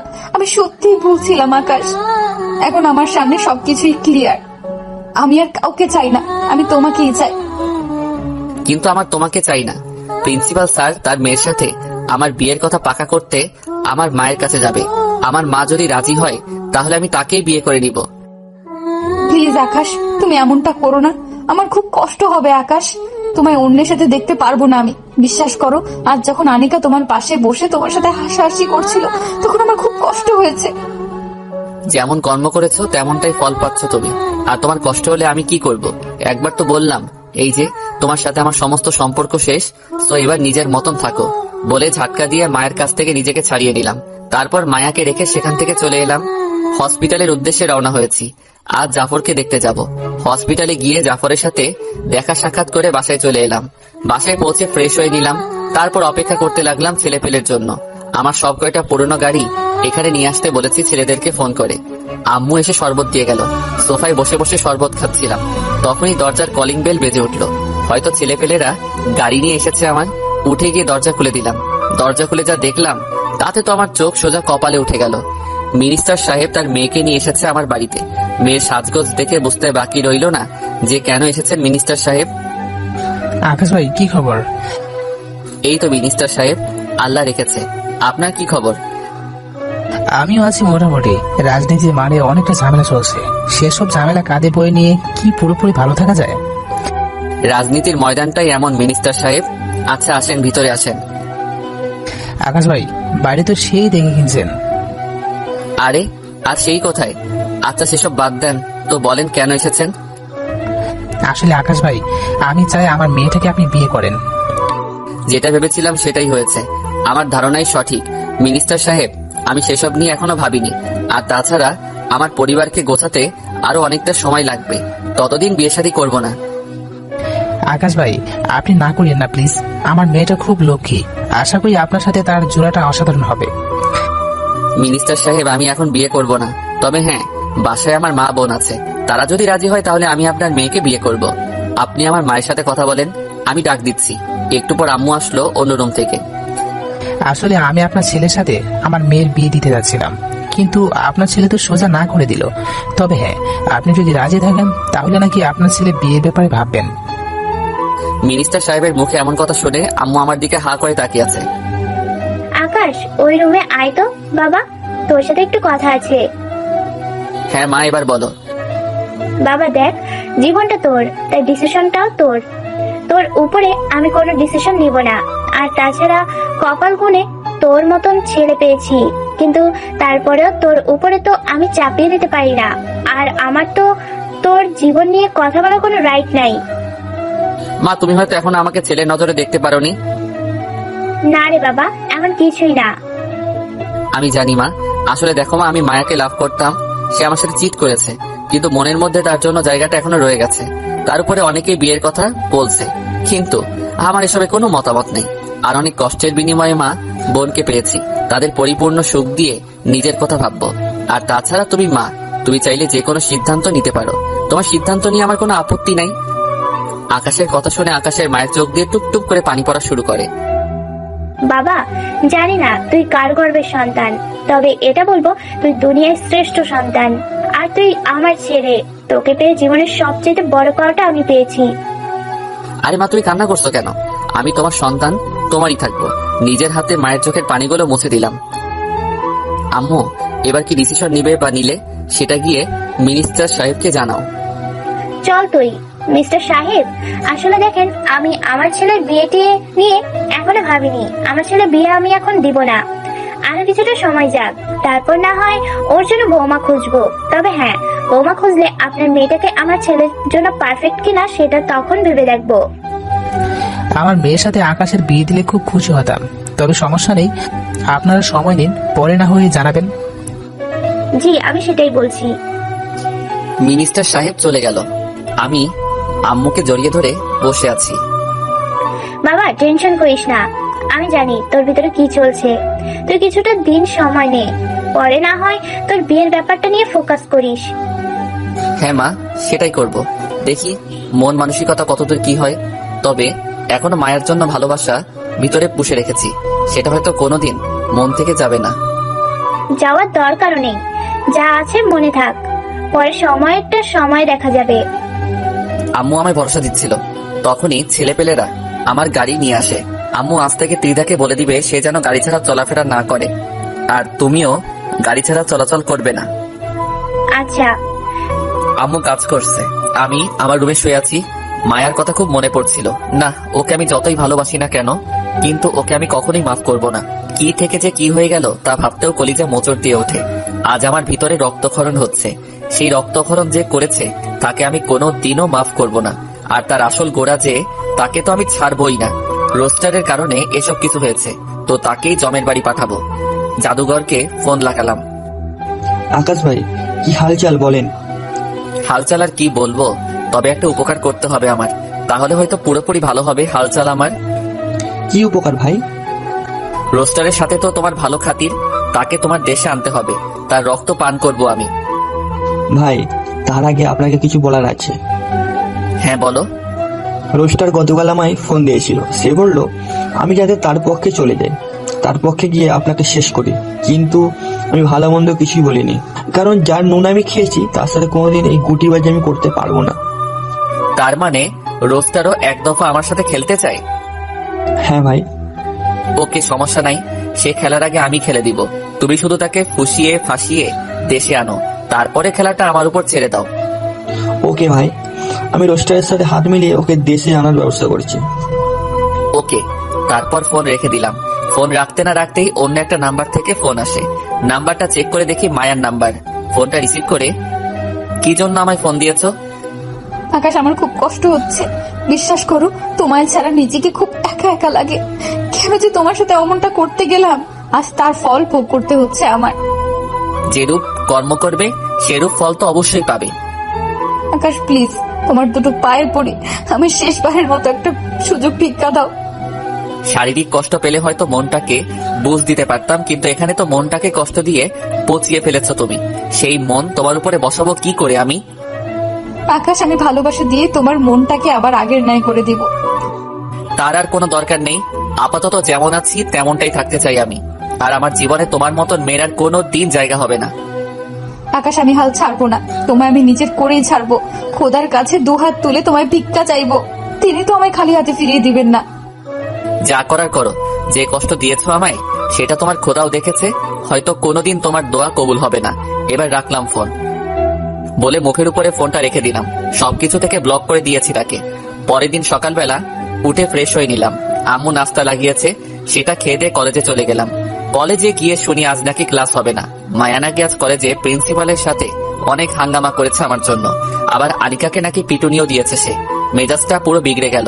না, মায়াকে শিক্ষা দেওয়া উচিত। মায়ার খোঁজ করতে লাগলাম। অবশেষে গিয়ে দেখি মায়া ক্লাসরুম বন্ধ করে বসে আছে। মায়া, দরজা খোলো। কথা মতন মায়া দরজা খুলে দেয়। কি শুরু করেছো তুমি? হ্যাঁ, প্রিন্সিপালের সাথে নাকি আমাকে নিয়ে হাঙ্গামা করেছো, আবার আনিকাকেও মেরেছো? হ্যাঁ করেছি, কারণ সেই লোক তার মেয়ের সাথে তোমার বিয়ের কথা কেন বললো? আর আনিকাকে মেরেছি সে তোমার সাথে গতকাল চিপকিয়ে কেন ছিল? সেটা আমার ব্যাপার, তোমার তো এখানে কোনো ফাংশন নেই। নেই মানে অবশ্যই আছে, তুমি শুধু আমার। তোমাকে আমি আর কারো হতে দেব না, দরকার হয় এর জন্য আরো পদক্ষেপ আমি নিব। তুমি আসলেই মানুষটা মায়া, তোমার মধ্যে মনুষ্যত্বের কোনো কিছুই নেই। তুমি নিজের স্বার্থের জন্য মানুষের খুন করতে পারো, তুমি নিজের ফায়দার জন্য মানুষের মনে আঘাতও দিতে পারো। আজকে যা করলে তারপর তো তোমার উপর থেকে আমার সমস্ত ভালোবাসা উঠে গেছে। যদিও মনে মনে কিছুটা ভালোবাসতাম, আজ সেটাও নেই। আকাশ প্লিজ, তুমি এমনটা করো না, আমি সত্যি মরে যাব। তোমার জন্যই তো এমনটা করেছি। যাও মরে যাও, তাও তোমায় আমি কোনোদিন গ্রহণ করব না। মায়া আকাশের এইরূপ কথা শুনে কান্না করতে করতে সেখান থেকে চলে যায়। আজ 1 মাস মায়া ক্লাসে আসে না। মোটামুটি আমিও তাকে ভুলে গেছি। ক্লাসের সবার সাথে মোটামুটি ভালো বন্ধুত্ব হয়ে গেছে আমার। মোটামুটি দিনকাল ভালোই কাটছিল, অনেক কয়টা বেস্ট ফ্রেন্ড হয়েছে আমার। হঠাৎ একদিন সকালবেলা আমার এক ক্লাসমেট সাইমা এসে আমায় বলে, আকাশ তুই কি কিছু জানিস? কি জানবো আমি? মায়া আজ 41 দিন ধরে হসপিটালে সে মৃত্যুর সাথে পাঞ্জা লড়ছে। তোর সাথে সেদিন কথা বলে যাওয়ার পর নাকি সে খাওয়া দাওয়া একদম ছেড়ে দিয়েছিল। বাসার কারোর সাথেই নাকি কথা বলতো না, একা একা থাকতো। হুট করে একদিন রাতের বেলা নাকি সুইসাইড করে বসে। সাইমার মুখ থেকে এমন ধরনের কথা শুনে পায়ের নিচ থেকে যেন মাটি সরে গেল আমার। আমি জানি মায়া আমার জন্য এমন করেছে। যত যাই হোক, ভালো তো বাসি তাকে। কলিজায় এক ভয়ঙ্কর রকমের মোচড় দিল। সাথে সাথে বুকে হাত দিয়ে মাটিতে বসে পড়লাম। মনে হচ্ছে যেন কলিজাটা কেউ লবণ দিয়ে কাঁচা চিবিয়ে খাচ্ছে। আকাশ প্লিজ ভেঙে পড়িস না। সাইমা, আমায় প্লিজ হসপিটালে নিয়ে চল তো। ওকে চল। সাইমার সাথে হসপিটালে চলে গেলাম। হসপিটালে গিয়ে দেখি আলিফ সাহেব কেবিনের সামনে বসে বসে ঝিমাচ্ছে। বুঝতে বাকি রইল না যে সামনের কেবিনে মায়াকে রাখা হয়েছে। কোনো কথা না বলে সোজা কেবিনে ঢুকে গেলাম। কেবিনে ঢুকে দেখি মায়া শুয়ে আছে, আর তার মুখে মাস্ক লাগানো। মায়ার এই অবস্থা দেখে ভিতরটা যেন ফেটে যাচ্ছিল। এখন আমার কি করা উচিত তা আমি জানি না। তবে হ্যাঁ, মায়াকে আমি কোনোদিন গ্রহণ করব না। তবে তার এই অবস্থার জন্য আমি দায়ী, কিন্তু দায়ীটা তার জন্যই হতে হয়েছে আমাকে। এসব ভাবছিলাম তখনই মায়া আমায় হাতের ইশারায় ডাক দিল। ধীরে ধীরে মায়ার কাছে গেলাম। মায়া তুমি এমনটা কেন করলে? কোনো উত্তর নাই। মায়া তুমি এমনটা কেন করলে? তখনই সে কান্না করে দিল। মায়া এসব পাগলামো কেন করতে গেলে তুমি? মায়া হাতের ইশারায় আকাশকে মুখের মাস্কটা খুলে দিতে বলল। মেয়েটার চেহারা কেমন যেন ফ্যাকাশে হয়ে গেছে। আকাশ আমায় একটা বুকে টেনে নেবে, খুব কষ্ট হচ্ছে আমার। মায়া আমি পাষাণ নই, কিন্তু বিশ্বাস করো এই বুকে তোমার জন্য আর জায়গা নেই। প্লিজ একটা বার বুকে নাও না। মায়া আমায় ক্ষমা করো তুমি, আমি তোমায় বুকে নিতে পারবো না। আর তুমি এটা বলো যে তুমি এমনটা কেন করলে? তুমি তো বলেছিলে মরে গেলেও তুমি আমায় গ্রহণ করবে না, তাই মরতে চাইলাম। কিন্তু তোমায় ছাড়া আমার খুব কষ্ট হয়। তুমি যখন অন্য মেয়েদের সাথে কথা বলো তখন মনে হয় যেন আমার কলিজা ছিঁড়ে যাবে। বিশ্বাস করো আমি আর সহ্য করতে পারছিলাম না, তাই মৃত্যুকে বেছে নিয়েছি। মায়া পাগলামন লিমিট ক্রস করে ফেলেছো তুমি। মরে যাওয়ায় সবকিছু সমাধান না, দুনিয়ায় থেকে কিছু করার ট্রাই করো। হ্যাঁ আমি বেঁচে থাকতে চাই, কিন্তু তোমায় নিয়ে। তুমি বলো তুমি আমায় ছেড়ে যাবে না, সারা জীবন তুমি আমার হয়ে থাকবে। না হয় কিন্তু কখন কি ঘটিয়ে ফেলবো তা আমি নিজেও জানি না। মায়ার কথা শুনে বুকটা ধুপ ধুপ করছে। মেয়েটা যদি সত্যি কিছু করে বসে, একে তো অসুস্থ, দ্বিতীয়ত যে হারে পাগলামো করছে, আল্লাহ জানে কখন কি ঘটিয়ে বসে। না, তার থেকে ভালো মেয়েটাকে আশ্বাস দেই, তবে সত্যিকারত্বে না। সে সুস্থ হওয়া পর্যন্ত তার পাশে থাকবো। পরে আমি আমার মতন করে সাইড কেটে যাব। আর যাওয়ার আগে এমন কিছু কন্ডিশন দিয়ে যাব, সে আর জীবন নেও এসব করার কথা চিন্তা মাথায় আনবে না। আচ্ছা যাও, তোমায় ছেড়ে যাব না। এটা বলা মাত্রই মায়া আমার হাত শক্ত করে চেপে ধরলো। আমি এখন সত্যি সুস্থ হয়ে যাব দেখিও, কারণ আমার বেঁচে থাকার উৎস আমি পেয়ে গেছি। সপ্তাহ 10 দিনের মধ্যে মায়া সুস্থ হয়ে উঠলো। তাকে পুরোপুরি ভালোবাসা দিয়ে সুস্থ করে তুললাম। তবে আমার মনে অন্য কিছুই চলছে। এখন শুধু মনের ভাবনাটাকে বাস্তবায়নের পালা। মায়া এখন পুরোপুরি সুস্থ। একটা চিঠি লিখে মায়ার হাতে ধরিয়ে দিলাম। মায়া, আমি যাওয়ার পর এটা তুমি খুলবে। আচ্ছা। আমি চলে এলাম। অনৈকে আকাশ যাওয়ার পর মায়া চিঠিটা খুলে। মায়া, আমায় ক্ষমা করে দাও। আমি তোমায় দ্বিতীয়বার আর গ্রহণ করতে পারবো না, কারণ তোমাকে নিয়ে আমার ভিতর থেকে সমস্ত ভালোবাসা মরে গেছে। বিন্দু পরিমাণ ভালোবাসা নেই তোমাকে নিয়ে আমার মনে। অনেক ট্রাই করেছি তোমার সাথে মানিয়ে নেওয়ার, কিন্তু তোমার সেই দিনের কৃতকর্মগুলো চোখের সামনে ভেসে উঠে শুধু আমার। আর এতদিন তোমায় সুস্থ করার জন্য ভালোবাসা নাটক করেছি। এখন তুমি পুরোপুরি সুস্থ, আমার দায়িত্ব এই পর্যন্তই ছিল। এবার আমি চললাম। আর একটা কথা, তুমি যদি সত্যি আমাকে ভালোবাসো তাহলে কোনোদিন আর উল্টাপাল্টা কিছু করবে না। তুমি ভালোবাসার কসম দিলাম তোমাকে। আজ থেকে নিজেকে গুছিয়ে নাও। উপরওয়ালা হয়তো তোমার সাথে আমার জোড়া লিখে রাখেনি, তাই হয়তো তোমার আর আমার মিলন হবে না। তবে যদি উপরওয়ালা লিখনে তোমার আর আমার মিলন থাকে তাহলে অবশ্যই আমি তোমার হব। মাফ করে দিও আমায়। এতদিন তোমার সাথে মিথ্যে নাটক করার জন্য আমি চলে যাচ্ছি অনেক দূরে। হয়তোবা আর কোনোদিন তোমার সাথে আমার দেখা হবে না। তুমি নিজের খেয়াল রেখো মায়া। খোদা হাফেজ। আকাশের চিঠি পড়ে যেন মাথা ভো ভো করে ঘুরতে থাকে। না আকাশ, তুমি এমনটা করতে পারো না আমার সাথে। আমি তোমায় খুব ভালোবাসি আকাশ, প্লিজ এভাবে ফেলে রেখে চলে যেও না। মায়া আবার কান্নায় ভেঙে পড়ে। তখন আকাশের কথা মনে পড়ে। না, সে আমায় ভালো থাকতে বলে গেছে। আজ থেকে আমি ভালোই থাকবো, আর কখনো কাঁদবো না। কলেজের তোর জন্য। যা, তুই ভালো থাক। তবে আজ আমি প্রতিজ্ঞা করে নিলাম, হলে হব তোর, না হয় হব না আর কারোর। মায়া আবার কান্নায় ভেঙে পড়ে। তখনই আকাশের কথা মনে হয়। অন্যদিকে আকাশ বাসায় চলে যায়। সে সমস্ত যোগাযোগ অফ করে দিয়েছে মায়ের সাথে। কলেজও পরিবর্তন করে নিয়েছে সে। তবে আকাশের বাসার ঠিকানা মায়া জানে না, তাই আর চাপ নেই। খুব কান্না পাচ্ছে মায়ার জন্য, কিন্তু কি করব? কষ্টটাও যে সে খুব করে দিয়েছে। বুকের ভিতরে এক ধরনের একটা চাপা কষ্ট অনুভব হচ্ছে। মনে মনে ঠিক করে নিলাম, আজকের পর আমি আর কোনো দিন কোনো মেয়েকে গ্রহণ করব না। কষ্টের শুরুটা যখন মেয়ের কারণে হয়েছে, তো এই জীবনে কোনো দিন আমি আর মেয়ে জাতিকে গ্রহণ করব না। সারা জীবন সিঙ্গেল থাকবো, বিয়েও করব না। সোফায় শুয়ে শুয়ে চোখের জল ঝরাচ্ছিলাম, তখনই জাদুঘর ফোন দেয়। আকাশ ভাই, রোস্টার দেশে আসছে আজ রাতের ফ্লাইটে। আপনি রেডি হয়ে থাকেন তার রক্ত খাওয়ার জন্য। হ্যাঁ, আমি রেডি। মনে যত হিংস্রতা আছে সব আমি রোস্টারের উপরে প্রয়োগ করব। রাতের বেলায় রোস্টার দেশে আসে। আকাশ তো পুরোপুরি রেডি। সে আকাশকে শেষ করে দেশের রাজত্ব করবে। কিন্তু হায়নাটা সে তার শিকার করার জন্য অপেক্ষা করে বসে আছে। সেই খবর রোস্টার জেনে গেছে। জাদুঘর ফোন করে বলল যে রোস্টার দেশের মাটিতে পা রেখেছে। ভিতরের হিংস্র পশুটা জাগ্রত হয়ে গেল। ছেলে পেলে নিয়ে রোস্টারের আড্ডায় চলে গেলাম। আজ রোস্টারের শেষ দিন। সে ভেবেছে হয়তো আমি জানবো না যে সে দেশে এসেছে আমায় মারার জন্য। কিছু সংখ্যক এক্সপার্ট নিয়ে এসে আমায় মেরে দিয়ে চলে যাবে, কিন্তু আমি যে তার কবর খুঁড়ে রেখেছি সেটা হয়তো সে জানে না। এই তোরা এদিকে আয়। হায়নার টিমটাকে ডেকে আনলাম। ভিতরে গিয়ে সব কয়টা রক্ত মাংস চুষে খেয়ে ফেলবি, খালি রোস্টার বাদে। সময় 10 মিনিট। 10 মিনিট পর ভিতরে গিয়ে যেন রোস্টারকে চেয়ারের সাথে বাধা দেখতে পাই। ওকে ভাই। হায়নাগুলো ভেতরে ঢুকে গেল। 5 মিনিটের মাথায় তারা বেরিয়ে আসলো। ভাই, আপনি শুধু রক্ত খাওয়ার জন্য বলেছিলেন, কিন্তু আমরা তাদের হাড্ডি পর্যন্ত ছাড়িনি। সেটা স্বাদও নিয়ে এসেছি। রোস্টার কই? চেয়ারের সাথে বাঁধা। ভিতরে চলে গেলাম, হাতে একটা চাইনিজ কুড়াল। आज रोस्टरे रोस्ट बनाबो।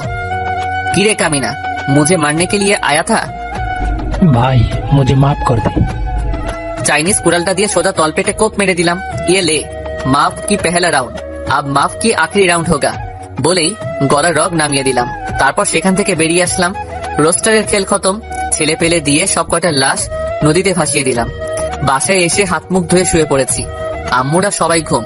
শুয়ে শুয়ে ভাবছি, যা আমার জীবন নিয়ে যে ছিনিমিনি খেলেছিল তাকে তো শেষ করে দিলাম, এবার হয়তো শান্তি মতন থাকতে পারবো। কিন্তু না, আমি ভুল।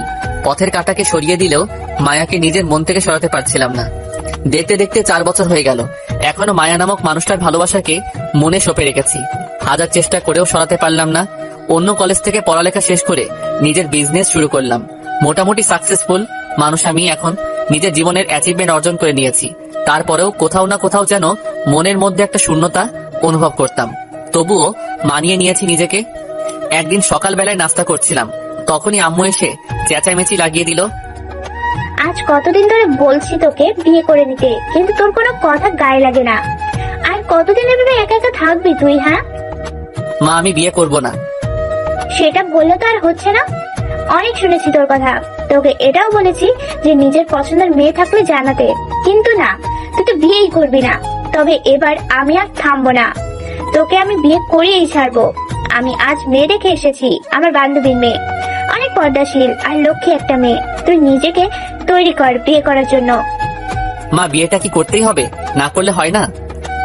না, তোর এবার বিয়ে করতেই হবে। এবার তোকে আমি বিয়ে করেই দম নিব। মায়ের জেদের কাছে আর পেরে উঠলাম না। তবে বিশ্বাস, এই মন দিয়ে আর কাউকে ভালোবাসতে পারবো না। ভালোটা আমি একজনকে বেসেছি, সে হচ্ছে মায়া। আর তাকে সারা জীবন আমি ভালোবাসবো। আম্মু যতই জোর করে বিয়ে দিক, তবে ভালোটা আমি মায়াকেই বাসবো। ওকে, তোমাদের যা ভালো মনে হয় করো, আমার আর কিছু বলার নেই। তুই মেয়েকে দেখবি না? না, আমার দেখার প্রয়োজন নেই, তোমরা দেখেছো তাতেই হয়েছে। 1 সপ্তাহ পর আমার বিয়ে ঠিক হয়। মনে পাথর চাপা দিয়ে আম্মুর ঠিক করা মেয়েকে বিয়ে করে নিলাম। অনেকটা কেঁদেছি বিয়ের দিন। যেখানে বিয়ের কথা শুনে মেয়েরা কাঁদে, সেখানে আমি ছেলে হয়ে কেঁদেছি। শত কষ্টের ভিড়ে বিয়েটা করে নিলাম। বাসর ঘরের সামনে দাঁড়িয়ে আছি, আম্মু এসে জোর করে ভিতরে ঢুকিয়ে দিল। বাসর ঘরে ঢুকে দেখি একটা মেয়ে ঘুমটা মুড়ি দিয়ে বসে আছে মাথায়। আমি ধীর গতিতে হেঁটে খাটে গিয়ে বসলাম।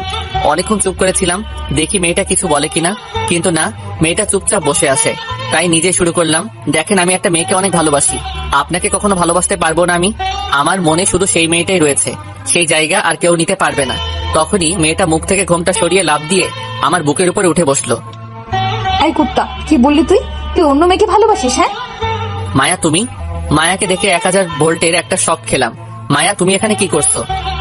কি করছি মানে? আমি তো তোর বউ। আম্মু তো বললো তিনার কোনো বান্ধবীর মেয়ের সাথে আমার বিয়ে ঠিক করেছে। আমি সেই মেয়ে। তুমি সেই মেয়ে হলে আম্মু যে বললো মেয়ে পর্দা করে, তো আমি কি করি? হ্যাঁ, সেদিন তুমি চলে আসার পর থেকে আজ পর্যন্ত কোনো বেগানা পুরুষ আমার চেহারা দেখেনি। পুরোপুরি আড়াল করে ফেলেছি নিজেকে। সেদিন প্রতিজ্ঞা করেছিলাম যে হলে হব তোর, না হয়তো বা কারোরই না। আর আমার ভরসা ছিল যে আল্লাহ আমায় কখনো খালি হাতে ফেরাবে না। 4 বছরে কয়েক লক্ষ বার খোদার কাছে তোমায় চেয়েছি, তো খোদা আমায় নিরাশ করবে কেন? মায়া, আমার না বিশ্বাস হচ্ছে না। সত্যি, একে তো তোমায় আমি বিয়ে করেছি, দ্বিতীয়ত তোমার এই পরিবর্তন। সবটার পেছনেই তোমার অবদান রয়েছে। সেদিন তুমি ছেড়ে না এলে হয়তো আমি সেই মায়েই রয়ে যেতাম, কিন্তু না, তুমি ছেড়ে আসায় আল্লাহকে আমি চিনেছি। ধন্যবাদ তোমাকে। আর একটা কথা, আমায় কি এখনো তোমার গ্রহণ করতে অসুবিধা হবে? না, কখনোই না, বলে ঠুস করে টান দিয়ে মায়াকে নিজের বুকে নিয়ে নিলাম। মায়া, তোমায় নিয়ে আর একটা অভিযোগও আমার মনে নাই, কারণ তোমার এই পরিবর্তন আমার ভিতরের রক্তক্ষরণটাকে দূর করে দিয়েছে। আমার এমন মায়াকে দরকার ছিল। হয়েছে, বাদ দাও এখন সব পুরনো কথা, নতুন করে শুরু করব আমরা। আচ্ছা, বাদ দিলাম, কিন্তু একটা কথা বলো তো, আম্মু আমায় ওনার বান্ধবীর মেয়ের কথা কেন বললো? কারণ এটা আমাদের প্ল্যান ছিল। তুমি কি ভেবেছো তুমি আমায় ছেড়ে চলে আসবা আর আমি তোমার খোঁজ নেবো না? সেটা ভেবে থাকলে একদম ভুল করেছো। তুমি ছেড়ে আসার পর তোমার আম্মুর সাথে আমি যোগাযোগ করি, তারপর তিনি আমায় একটা রাস্তা দেখিয়ে দেয়। আমি সেই মোতাবেক আমল করি, নিজেকে পরিবর্তন করে ফেলি। আমি চাইলে তোমার সামনে আসতে পারতাম, কিন্তু তুমিও আমার জন্য বেগানা পুরুষ ছিলে, তাই আর সামনে আসেনি। নিজেকে কন্ট্রোল করে রেখেছি, তবে শেষমেশ তোমায় নিজের করেই পেয়েছি। এখন যত খুশি তোমায় আমি দেখতে পাবো। মায়ার কথা শুনে নিজের নামটাই যেন ভেঙে মাথায় পড়লো মতন অবস্থা। বাপরে বাপ, তুমি মেয়ে না অন্য কিছু? আমি তোমার বউ। মায়াকে নতুন রূপে পেয়ে কি যে খুশি লাগছে, তো কাউকে বলে বোঝাতে পারবো না। খুশিতে মায়ার ঠোঁটে চুমু বসিয়ে দিলাম। এই কি করছো? কি করছি আবার? আদর করছি। না, এখন কোনো আদর সাদর চলবে না। যাও, কি ওযু করে আসো, দুজনে একসাথে মিলে নামাজ পড়বো, পরে যা ইচ্ছে হয় করিও। সত্যি তো? যে নামাজ শেষ করে যা ইচ্ছে হয় করবো? খুশিতে এক লাফ দিয়ে ওযু করতে চলে গেলাম। ওযু করে এসে দুজনে মিলে নামাজ পড়ে নিলাম। পরে পরে আর কি, পরে বহু কিছু যা আমি বলতে পারবো না, আমার লজ্জা লাগে। আর পাঠকগুলোও সেই মার্কা, গল্পের সবকিছু শুনতে চাই। একটু শরম লজ্জা যদি থাকতো। যান, ভাঙেন সব কয়টা, আপনাদের লজ্জা না করলেও আমার করতেছে। সমাপ্তি।